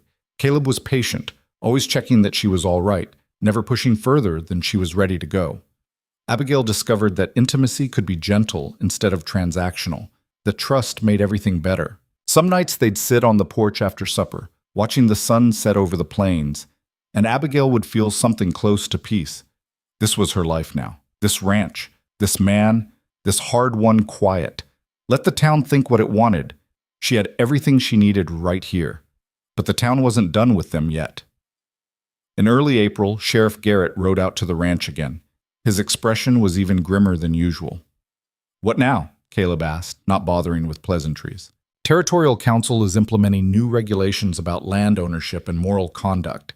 It's part of the push for statehood. They want to show we're civilized enough to govern ourselves." Garrett dismounted, looking uncomfortable. "One of the regulations requires married couples to demonstrate good moral standing to maintain property rights." Abigail felt ice in her stomach. "What does that mean?" "It means there'll be periodic reviews, inspections, interviews with neighbors. If a couple is deemed to be living in a way that contradicts community standards, their property can be seized." "That's insane," Caleb said flatly.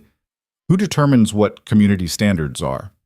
"Local councils, which, in this county, means whoever has the loudest voice and the most influence." "You're saying Reed poisoned the well enough that we could lose the ranch?" Garrett nodded reluctantly.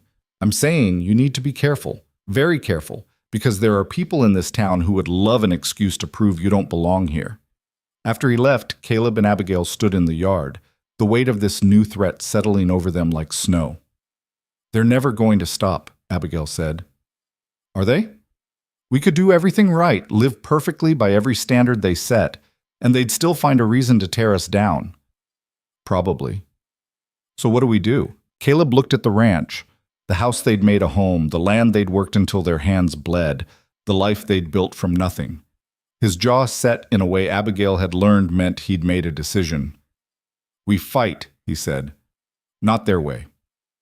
Our way." "What does that mean?" "It means we stop defending ourselves and start building something they can't tear down." He turned to her. "We make this ranch so successful, so productive, so valuable to the community that they can't afford to get rid of us. We become indispensable." "How?" "By expanding. We've got the land, we've got the water rights. We could double our cattle, add horses, maybe even start selling produce. Make this place an economic engine instead of just a ranch." His eyes lit up with the kind of passion she rarely saw from him. "We make ourselves too important to destroy." It was ambitious, possibly crazy, but looking at Caleb's face, at the determination there, Abigail felt something ignite in her chest.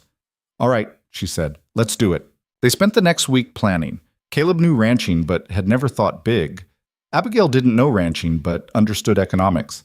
Her father had been a merchant before he died, and she'd learned about supply and demand at his knee. Together, they mapped out a plan. They'd need more cattle, which meant negotiating with ranchers from neighboring counties. They'd need to improve the grazing land, which meant irrigation work. They'd need to establish trade relationships, which meant trips to larger towns to find buyers.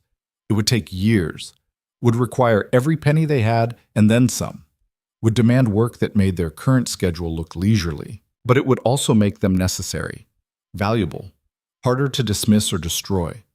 They started small. Caleb used the last of his savings to buy 20 more head of cattle from a rancher 2 counties over. Abigail started a vegetable garden, planning to sell produce at the town market.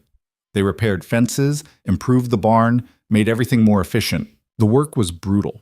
Abigail had thought she knew hard labor, but this was different. This was building instead of just maintaining. This was ambition made manifest in sore muscles and bleeding hands. But it was also exhilarating.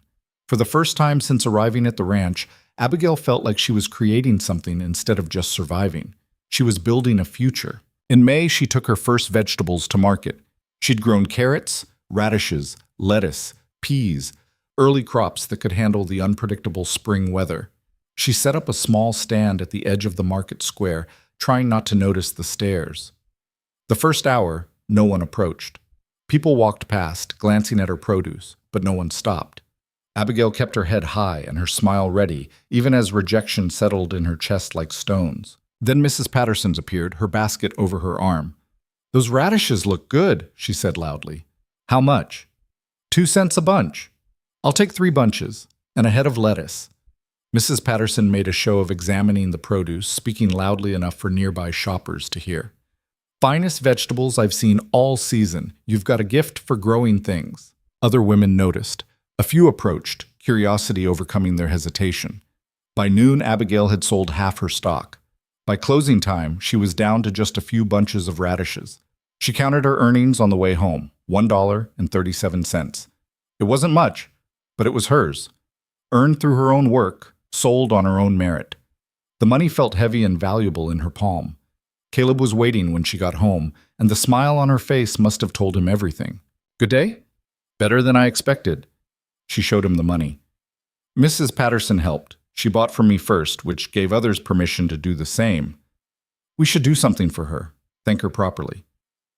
I was thinking the same thing. That weekend, they invited Mrs. Patterson and her husband to dinner. It was the first time they'd had guests since the wedding, and Abigail was nervous.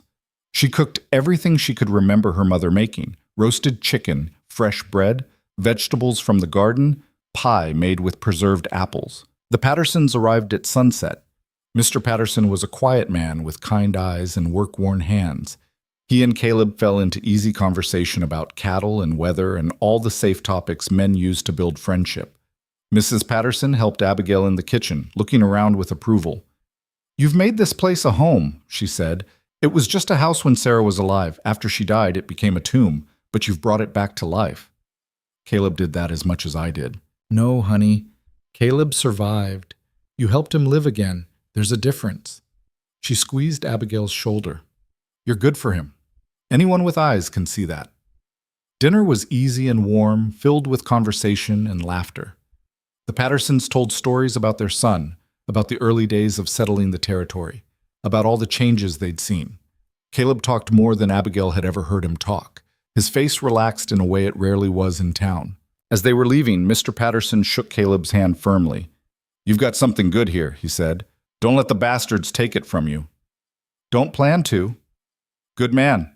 After they left, Abigail and Caleb cleaned up together in comfortable silence. "That was nice," Abigail said. "It was." Caleb dried the last plate and set it on the shelf. "We should do it more often. Have people out. Build connections." "You think that'll help? With the council reviews and everything? Can't hurt. The more people who see us as neighbors instead of scandals, the harder we are to get rid of." He pulled her close, resting his chin on top of her head. "Besides, I liked it. Having people here, sharing what we've built." "Me too." They stood there, swaying slightly, the lamp casting warm shadows on the walls. "We're going to make it," Caleb said. "Aren't we?" "Yeah," Abigail said and believed it. "We are." June brought the first real test of their expansion plans. A buyer from a mining town 3 days' ride north needed beef for his crews. It was a big order, 30 head, delivered monthly, the kind of contract that could stabilize their finances for years. But it meant a grueling drive through rough country, and Caleb couldn't do it alone. "I'll go with you," Abigail said. "It's 3 days out, 3 days back. Hard riding. I can handle it." "I know you can, but what? You think I'm going to stay here while you're gone for a week? We're partners, remember? Equal partners." He studied her face, then nodded. "All right, we leave Monday." They spent the weekend preparing, selected the 30 best head, packed supplies, made sure everything at the ranch could survive a week without them. Mr. Patterson agreed to check on the place while they were gone, feeding the chickens and horses. Monday morning came clear and cold. They set out before dawn, driving the cattle north across open plains. The work was exactly as hard as Abigail expected. Long hours in the saddle, dust in her throat, muscles screaming. But she kept pace with Caleb, learning as she went. The second night, they made camp near a creek. Abigail was so tired she could barely dismount, but she helped set up camp, fed the horses, ate the cold supper they'd packed. Caleb watched her across the fire. "You doing all right?" "I've been better, but I'll survive." "You're tougher than you look." "I've had good training." He smiled. "You had it in you all along. I just gave you room to show it." They reached the mining town on the 3rd day. The buyer inspected the cattle, nodded approval, and paid in cash. Caleb counted it carefully, then handed half to Abigail. "Your share." She stared at the money. Caleb, this is yours. Equal partners, remember? You did half the work, you get half the pay. It was more money than Abigail had ever held at once. The weight of it felt like possibility.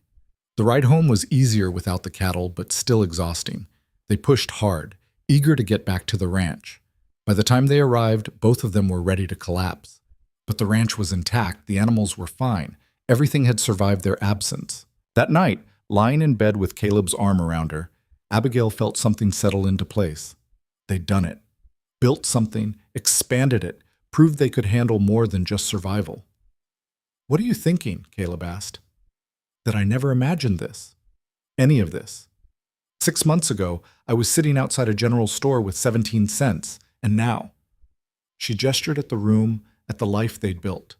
"Now I have a home, a partnership, a future." "You have more than that." He kissed the top of her head. "You have someone who sees you, all of you, and loves what he sees." The word hung in the air. Love. They hadn't said it before, had danced around it without naming it. "I love you too," Abigail whispered. "I think I have for a while. I was just scared to say it." "Why scared?" "Because loving something means it can hurt you, and I've been hurt enough." "I know. Me too." He tightened his arm around her, but we're past that now. Past being alone. Past protecting ourselves from everything, including the good things. She turned to face him. In the moonlight coming through the window, his face was soft in a way it never was during the day. "Promise me something," she said. "Anything. Promise that no matter what happens, no matter how hard they push, how much they try to tear us apart, we don't let them win. We hold on to this. To each other. I promise." He kissed her, slow and deep. "They can take everything else, but they can't take us. Not unless we let them." Summer came to the plains like a promise kept. The garden exploded with growth, the cattle fattened on good grass, and the monthly deliveries to the mining town became routine. Money started accumulating, not wealth, but enough to breathe easier. Enough to think beyond next week's survival. By August, Abigail had established herself at the town market. Her produce was reliably good, her prices fair, and slowly, grudgingly, people started treating her like a fixture instead of a scandal. They didn't warm to her, not exactly, but they stopped crossing the street. That felt like progress. The ranch thrived under their combined efforts. Caleb's knowledge and Abigail's determination proved to be a formidable combination. They worked from dawn until dusk, building infrastructure, improving stock, planning for the future. At night, they'd collapse into bed too tired to do anything but hold each other, and somehow that felt perfect too. But the specter of the territorial review hung over everything like a storm cloud that wouldn't break. In September, Sheriff Garrett brought the official notice. A council inspector would arrive in October to conduct the first moral conduct review. He'd interview neighbors, examine their property, assess their standing in the community. His recommendation would determine whether they kept their land or lost everything. "Who's the inspector?" Caleb asked. Garrett looked uncomfortable. "Name's William Blackwood. He's known for being thorough." "Meaning?" "Meaning he takes his job seriously. Very seriously. He's removed 3 families from their land in the past year." "On what grounds?" "Various. Failure to maintain community standards, mostly. He's got a strict interpretation of what constitutes moral fitness." Garrett shifted his weight. "Just be prepared. Don't give him any ammunition." After he left, Abigail felt the old fear creeping back in. "What if we lose everything?" "We won't." "How can you be sure?" Caleb looked at her steadily. "Because we've built something real here. Something solid. One man's opinion can't change that. His opinion can take our land. Only if we let it." He pulled her close. "We've survived worse than William Blackwood. We'll survive this too." But surviving required preparation. Over the next few weeks, they made sure everything on the ranch was pristine. Fences repaired, barn organized, house spotless. They rehearsed their story, how they met, why they married, what their relationship was like. They made sure every detail aligned, every answer consistent. They also reached out to allies. Mrs. Patterson agreed to speak on their behalf. Mr. Patterson did the same. Even Mary from the women's group promised to put in a good word if asked. It wasn't much, but it was something. William Blackwood arrived on a Tuesday morning in mid-October. He was a tall man in his 50s with iron gray hair and eyes that missed nothing. He carried himself with the authority of someone who'd never been questioned and didn't expect to start now. Abigail and Caleb met him at the property line. "Mr. Vance, Mrs. Vance," his voice was clipped, professional. "I'm here to conduct the territorial review as mandated by council regulations. I'll need access to your property, your financial records, and interviews with both of you separately and together." "Of course," Caleb said. "Whatever you need." Blackwood spent the first day inspecting the ranch. He walked every fence line, examined every building, checked the condition of the livestock. He made notes constantly, his face revealing nothing. Abigail felt like she was being dissected, every flaw cataloged for future judgment. That evening, he interviewed them separately. Abigail went first, sitting across from Blackwood in her own kitchen while Caleb waited outside. "How long have you been married, Mrs. Vance?" 8 months? And before that, you worked for Mr. Vance?" "Yes." "Living in his home? Unmarried?" "I worked for room and board. I had my own room. We maintained appropriate boundaries." "Until you didn't." Blackwood's eyes were sharp. "When did those boundaries change?" "When we got married, legally and properly." "Under pressure from a moral conduct complaint, correct?" Abigail kept her voice steady. "We got married because we wanted to. The complaint accelerated our timeline, but it didn't create the relationship." "How convenient." "It's the truth." Blackwood made a note. "Tell me about your life before coming here, your background, your family." Abigail went through her history, watching him write everything down. She could feel him looking for inconsistencies, for weaknesses he could exploit. "And why did you leave Kansas City?" "Because I wasn't welcome there." "Why weren't you welcome?" "Because I refused to conform to their expectations of what a woman should be." "Which were?" "Married, dependent, silent." Abigail met his eyes. "I was none of those things. That made me dangerous in their eyes. Or immoral. Or independent. Depends on your perspective." Blackwood studied her for a long moment. "Do you love your husband, Mrs. Vance?" The question caught her off guard with its directness. "Yes. When did you fall in love with him?" "I don't know that there was a single moment. It grew over time. Through work and conversation and shared hardship. Through him treating me like an equal when no one else would." How romantically pragmatic. "I'm not interested in romance for its own sake. I'm interested in partnership, respect, building a life with someone who sees me as a person, not a problem to be solved." She leaned forward slightly.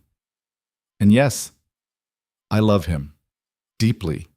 Whether you believe that or not doesn't change the truth of it." Blackwood made more notes, then dismissed her.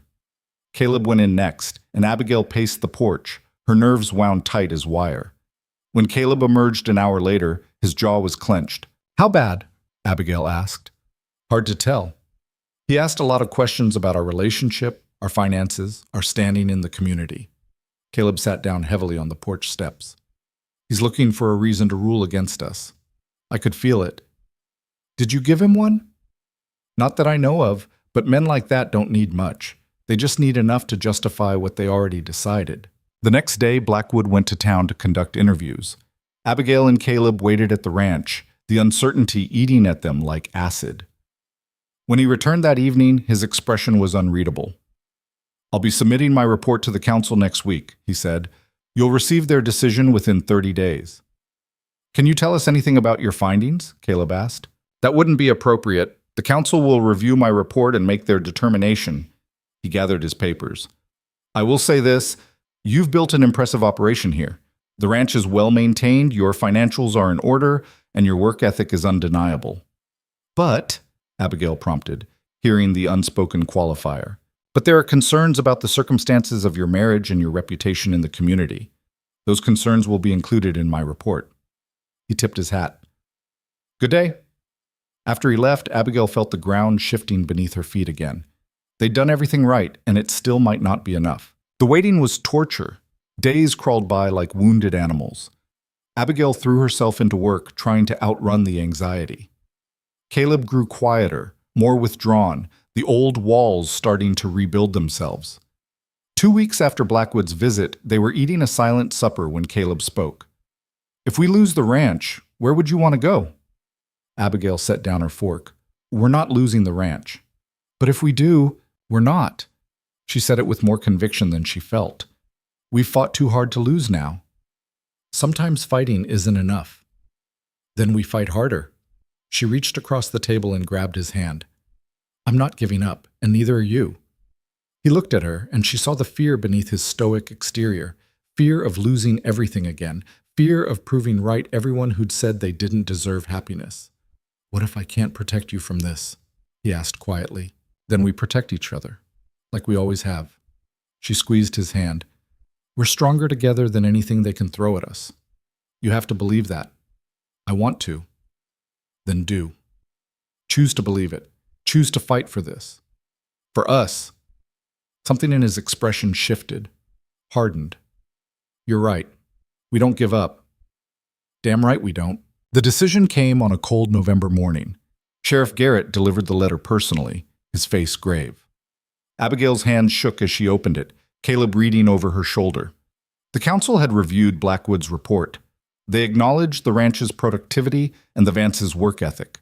However, given the irregular circumstances of the marriage and ongoing concerns about community standards, they were placing the property under conditional retention. What does that mean? Abigail asked. Garrett explained. It means you keep the land, but you're on probation. Another review in 6 months. If there are any issues, any complaints, any problems, they can revoke your ownership immediately. So we're at the mercy of anyone with a grudge, Caleb said flatly. Essentially, yes. Abigail read further. The conditions were extensive. Maintain good standing in the community. Contribute to local commerce. Avoid any behavior that could be construed as immoral or improper. It was a leash, tight and choking. But it was also survival. We can work with this, she said. Caleb looked at her like she was crazy. They're setting us up to fail. All it takes is one person making an accusation. Then we don't give them ammunition. Abigail folded the letter carefully. We do everything right. We're model citizens. We're so boring and respectable that they can't find anything to complain about. For 6 months, living under a microscope? For as long as it takes. She met his eyes. I'm not losing this. I'm not losing us. If playing by their rules keeps our home, then that's what we do. Garrett cleared his throat. For what it's worth, I think you got a raw deal. But Abigail's right. Keep your heads down, stay out of trouble, and you'll probably be fine. After he left, Caleb pulled Abigail into his arms and held her tight. I hate this, he said into her hair. I know. Me too. I hate that we have to prove ourselves over and over, that nothing we do is ever enough. I know. But I love you, and I love this life, and I'll do whatever it takes to keep it. Me too, Abigail whispered. Me too. The next 6 months were the hardest of Abigail's life, not because of the work, but because of the constant vigilance required. Every action, every word, every interaction had to be carefully considered. They were performing respectability, and the audience was hostile. They attended church every Sunday, sitting in the back pew and enduring the reverend's pointed sermons about moral rectitude. They participated in community events, volunteering for barn raisings and harvest festivals. Abigail rejoined the women's group, smiling through Helen's barbs and pretending the cold shoulders didn't hurt. They were model citizens. Boring, respectable, exactly what the council wanted. But the cost was high. Caleb grew tense, the easy warmth between them strained by constant pressure. Abigail felt herself shrinking, becoming smaller and quieter to avoid giving offense. They were surviving, but barely living. In February, things came to a head. Abigail was at the market when she overheard 2 women talking. They didn't know she was nearby, didn't realize she could hear them over the market noise. I still don't trust her, one said. It was Helen's voice. Marriage or not, a woman like that doesn't change. The council cleared them, the other woman replied, someone Abigail didn't recognize. For now. But the next review is coming up, and I've been documenting everything. Helen's voice was smug. Every time she's late to church. Every time they keep to themselves instead of socializing, every little thing that shows they're not really part of this community. You're keeping a list? Someone has to maintain standards. If the council won't protect us from her influence, then I will. Abigail felt ice in her veins. Helen was building a case against them, collecting ammunition for the next review. And there was nothing they could do about it without proving her right. She went home and told Caleb everything. He sat at the table, his face dark with anger. She's actively trying to destroy us. I know. We could confront her, make her back down. That's exactly what she wants. Give her something concrete to report. Abigail paced the kitchen. We have to be smarter than this. How? She's watching everything we do, twisting it to fit her narrative. We can't win. There has to be a way. But if there was, Abigail couldn't see it. They were trapped, damned if they fought back, damned if they didn't. That night, lying in bed, Caleb pulled her close. What if we left? He asked. Just packed up and started over somewhere else, somewhere without all this history.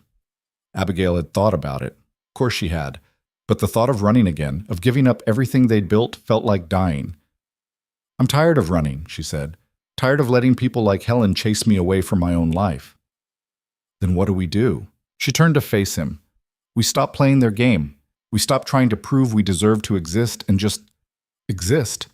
Live our lives. Build our ranch. Love each other.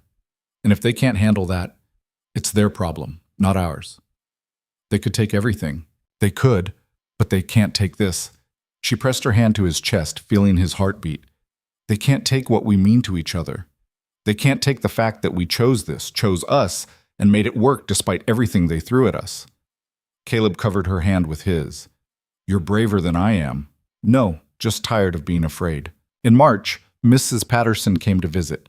She'd been quieter lately, less visible in their defense, and Abigail had assumed she'd withdrawn her support like so many others. But the look on her face said otherwise. I need to tell you something, she said once they were all seated with coffee. And you're not going to like it. What happened? Caleb asked. Helen's been organizing. She's got a petition going, signatures from townspeople saying you're a bad influence on the community. She's planning to present it at the next council meeting, argue that your review should result in removal. Abigail felt sick. How many signatures? Last I heard, about 40. 40 people. The number felt impossible. Abigail knew the town had people who disliked her, but 40 signatures meant organized opposition, meant Helen had built a coalition. There's more, Mrs. Patterson continued. She's been spreading rumors, saying you're running a disreputable establishment, that people come and go at odd hours, that there's drinking and gambling happening out here. That's insane, Caleb said. None of that is true. Doesn't matter if it's true. Matters if people believe it, and Helen's very convincing when she wants to be. Abigail stood abruptly and walked to the window, staring out at the land they'd worked so hard to improve. The garden plot where she'd grown vegetables. The barn where Caleb spent hours caring for animals. The home they'd built from nothing. We can't fight this, she said quietly. Can we? You could, Mrs. Patterson said. You could present your own petition, get your own signatures, show the council that there are people who support you, who would sign it. Abigail turned to face her. Most of the town either hates us or doesn't care enough to risk Helen's wrath. We don't have 40 allies. You might be surprised. Mrs. Patterson pulled out a folded paper. I took the liberty of starting one. Got 15 signatures so far. People who've bought from you at market. Families who saw you at church. Folks who recognize hard work when they see it. She laid the paper on the table. Abigail recognized some of the names. Mary, her husband, a few of the younger women from the group. Others she didn't know at all. Why would they sign this? She asked. Because not everyone in this town is like Helen. Some people understand that what happened to you could happen to anyone. That today it's you, tomorrow it could be them. Mrs. Patterson's voice was firm. And some of us are just tired of watching good people get ground down by small-minded cruelty. Caleb picked up the paper, reading through the names. 15 isn't 40. Not yet. But we've got 3 weeks until the council meeting. That's enough time to get more. Or enough time for Helen to get more too, Abigail said. Maybe. But at least we'd be fighting back. Mrs. Patterson looked between them. The question is, are you willing to fight? Really fight? Because this isn't going to be quiet or polite. This is going to be public and messy and probably painful. Abigail looked at Caleb, saw the same exhaustion she felt reflected in his eyes, the same weariness from months of being under siege, but she also saw something else. Determination. The stubborn refusal to quit that had kept him going after losing his family, the same quality that had helped her survive when she had nothing. Yes, Abigail said, We fight. The next 3 weeks were a blur of activity. Mrs. Patterson coordinated efforts, but Abigail and Caleb did the legwork. They went door to door talking to people they'd never spoken to before. They told their story, not the scandal version, but the truth. Two people who'd found each other when they had nothing, who'd built a life together through hard work and mutual respect. Some people slammed doors in their faces. Others listened but refused to sign, too afraid of social consequences. But slowly, painfully, the signatures accumulated. 20, 25, 30. Each name felt like a small victory, proof that they weren't as alone as they'd thought. The breakthrough came from an unexpected source. A rancher named Tom Mitchell, who'd bought cattle from them months ago, showed up at their door one evening. "Heard about the petition," he said without preamble. "Heard Helen's trying to run you out." "That's the short version," Caleb said cautiously. "Well, she can go to hell." Mitchell handed over a paper. "Got you 12 more signatures, ranchers and farmers from the surrounding counties, people who've done business with you and know you're square dealers." Abigail stared at the names, emotion clogging her throat. "Why would you do this?" "Because I remember what it was like when I started out. Had people trying to run me off too, said I was too young, too inexperienced, too everything. Someone stood up for me then.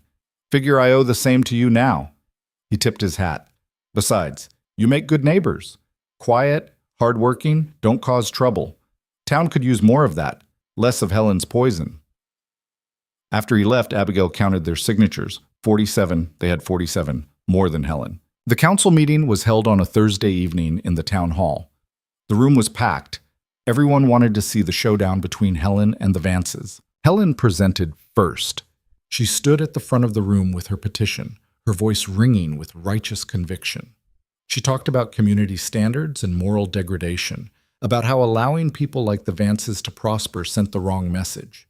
She painted Abigail as a seductress and Caleb as her dupe, their marriage a sham designed to exploit legal loopholes. Her speech was polished, passionate, convincing. When she finished, murmurs of agreement rippled through the crowd. Then Mrs. Patterson stood. "If I may," she said to the council members seated at the front table, "I'd like to present an alternative perspective." The head councilman, a grizzled man named Porter who'd been on the council for 20 years, nodded. "Proceed." Mrs. Patterson didn't have a speech prepared. She just spoke from the heart. "I've known Caleb Vance for 15 years, knew his wife Sarah, knew their daughter, watched him nearly die of grief after losing them. For years that man was a ghost, just going through motions of living without any real life in him." She paused. Then Abigail came. And slowly, carefully, he came back, started talking again, started caring again, started building instead of just surviving. She pulled out their petition.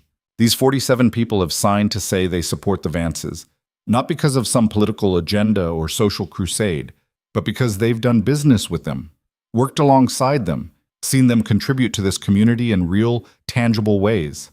Mrs. Patterson's voice grew stronger. "Helen wants you to believe the Vances are a threat, but the only thing they threaten is her narrow view of how people should live." Helen shot to her feet. "This is ridiculous." "Sit down, Helen," Porter said tiredly. "You had your turn." Mrs. Patterson continued. "Every one of these signatures represents someone who looked at Caleb and Abigail Vance and saw neighbors, partners, people worth standing up for. Maybe that doesn't matter to you. Maybe numbers and rules are all that count. But I hope you'll consider what kind of community you want to be. One that punishes people for surviving hardship, or one that recognizes strength when it sees it." She handed the petition to Porter and sat down. The room was silent. Porter reviewed both petitions, comparing them carefully. The other council members leaned in, conferring in low voices. The deliberation felt endless. Finally, Porter stood. "This council has reviewed the evidence and heard testimony from both sides. We acknowledge that the Vances' marriage began under unusual circumstances.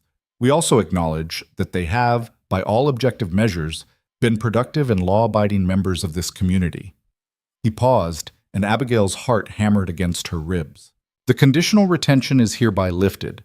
The Vances will retain full, unrestricted ownership of their property. Furthermore, given the clear division in community opinion, we strongly encourage all parties to move forward with civility and allow the Vances to live in peace." The room erupted. Some people cheered. Others, Helen's faction, looked furious. Helen herself stood frozen, her face white with shock and rage. Abigail grabbed Caleb's hand, squeezing so hard it probably hurt. They'd won. Actually won. As they left the hall, Helen intercepted them on the steps. "This isn't over," she hissed. "You think you've won, but it is over, Helen." Abigail's voice was calm, final. "You lost. Not because we're better than you, but because we refuse to let your bitterness define our lives. You can keep hating us if you want, but we're done caring what you think." She walked past without waiting for a response, Caleb beside her. Outside, under a sky full of stars, they stood together in the street. People congratulated them as they passed. Mrs. Patterson hugged them both. Tom Mitchell shook Caleb's hand and told them to come by for supper sometime. When they were finally alone in the wagon heading home, Abigail let out a breath that felt like it had been trapped in her chest for months. "We did it," she said. "You did it. That speech you gave Helen." "We did it," she corrected. "Together, like everything else."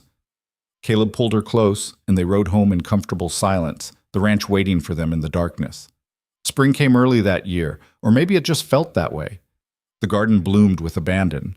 The cattle thrived. The ranch prospered in ways neither of them had imagined when they started.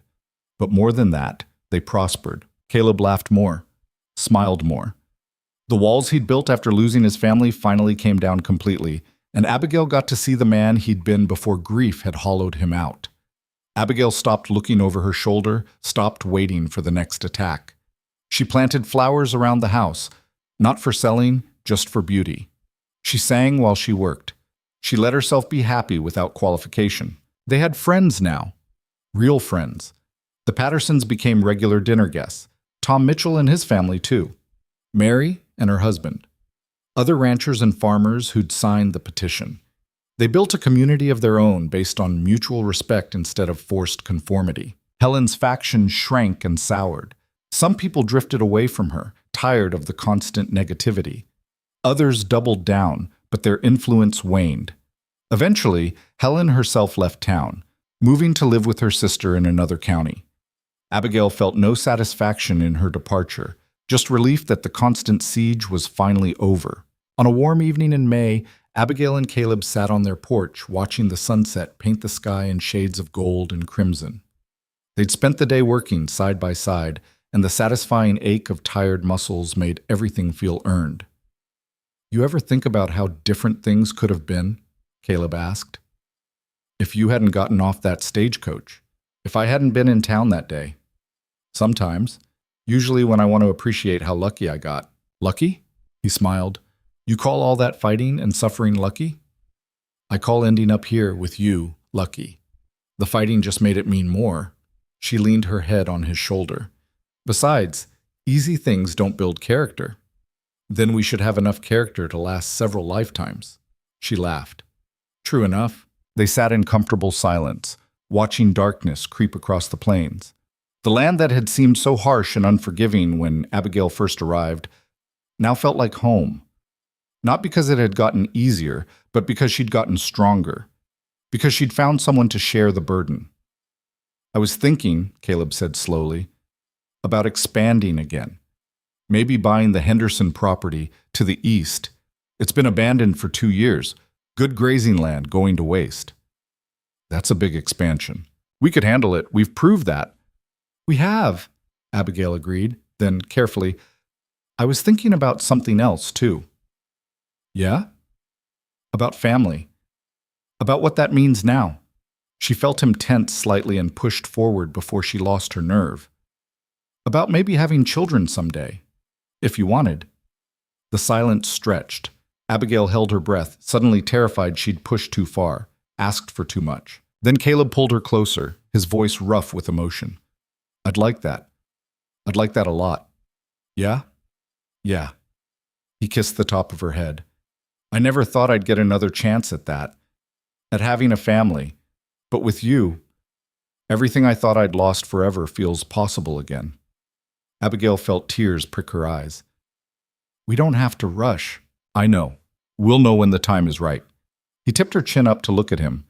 "But whenever that is, I want you to know, you've given me more than I ever thought I'd have again. A home, a purpose, a future. You gave me back my life. You did the same for me. Then I guess we're even. I guess we are. As the last light faded from the sky, they went inside together. The house was warm and clean, filled with small touches that made it theirs. Abigail's curtains on the windows, Caleb's tools by the door, books on the shelves they'd started collecting. Evidence of a life being lived, not just endured. That night, lying in bed with moonlight streaming through the window, Abigail thought about how far she'd come. From sitting on a carpetbag with 17 cents and no hope, to lying beside the man she loved in a home they'd built together.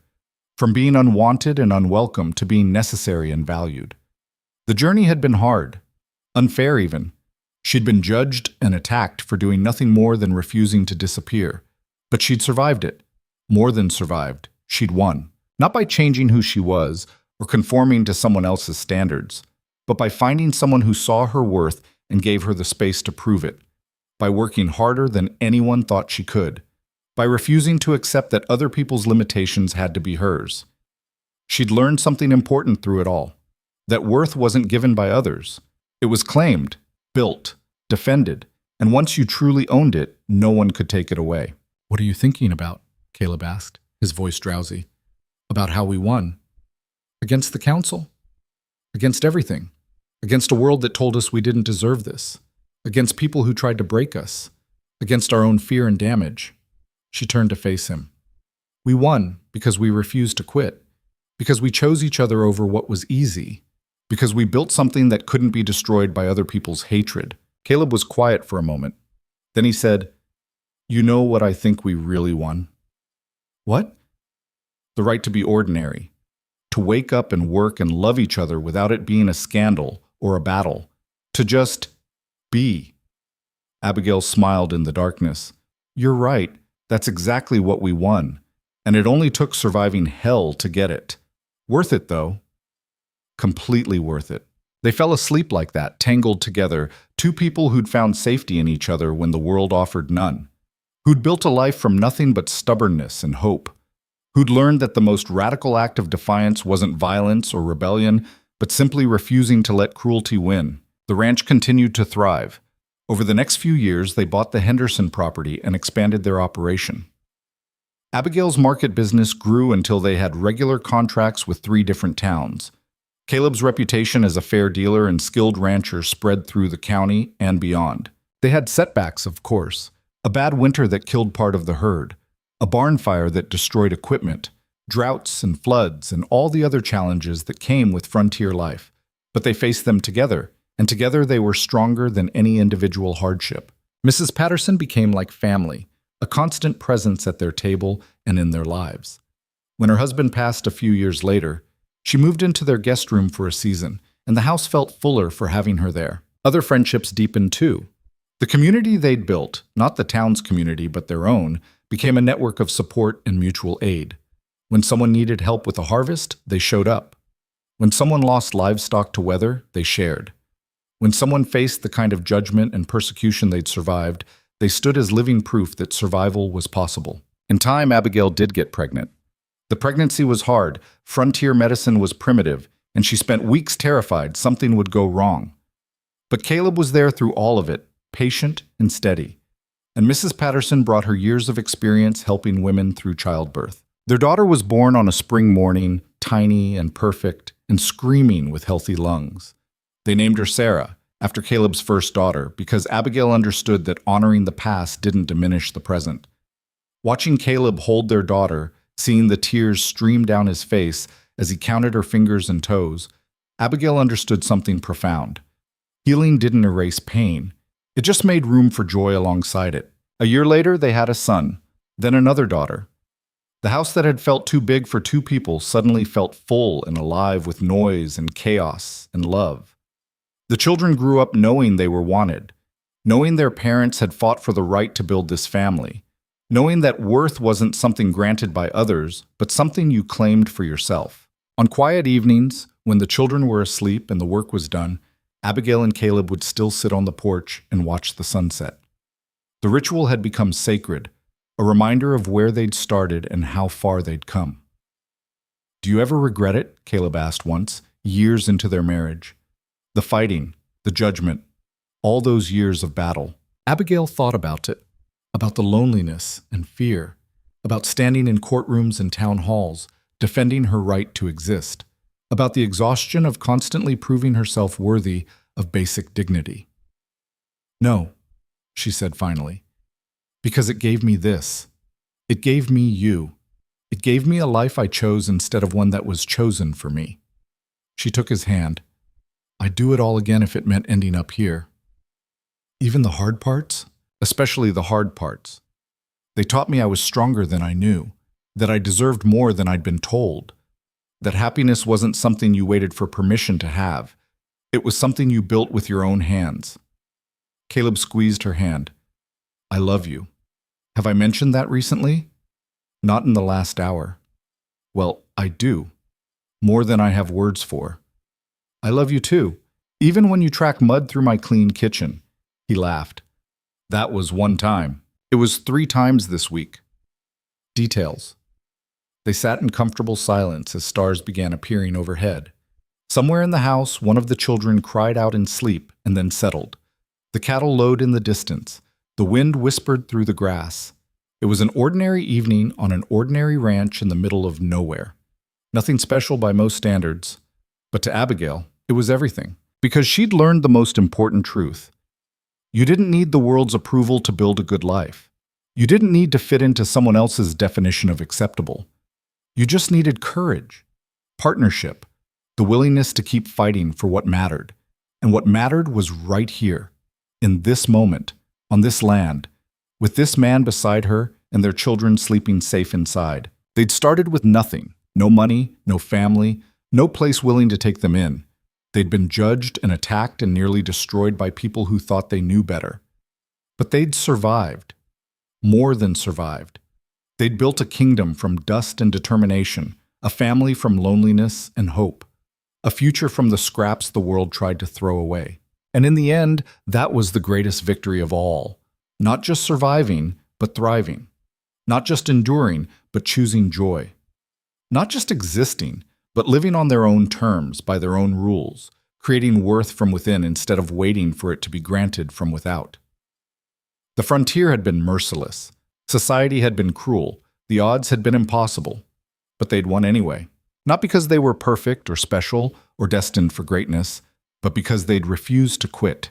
Because they'd found each other and held on through everything the world threw at them.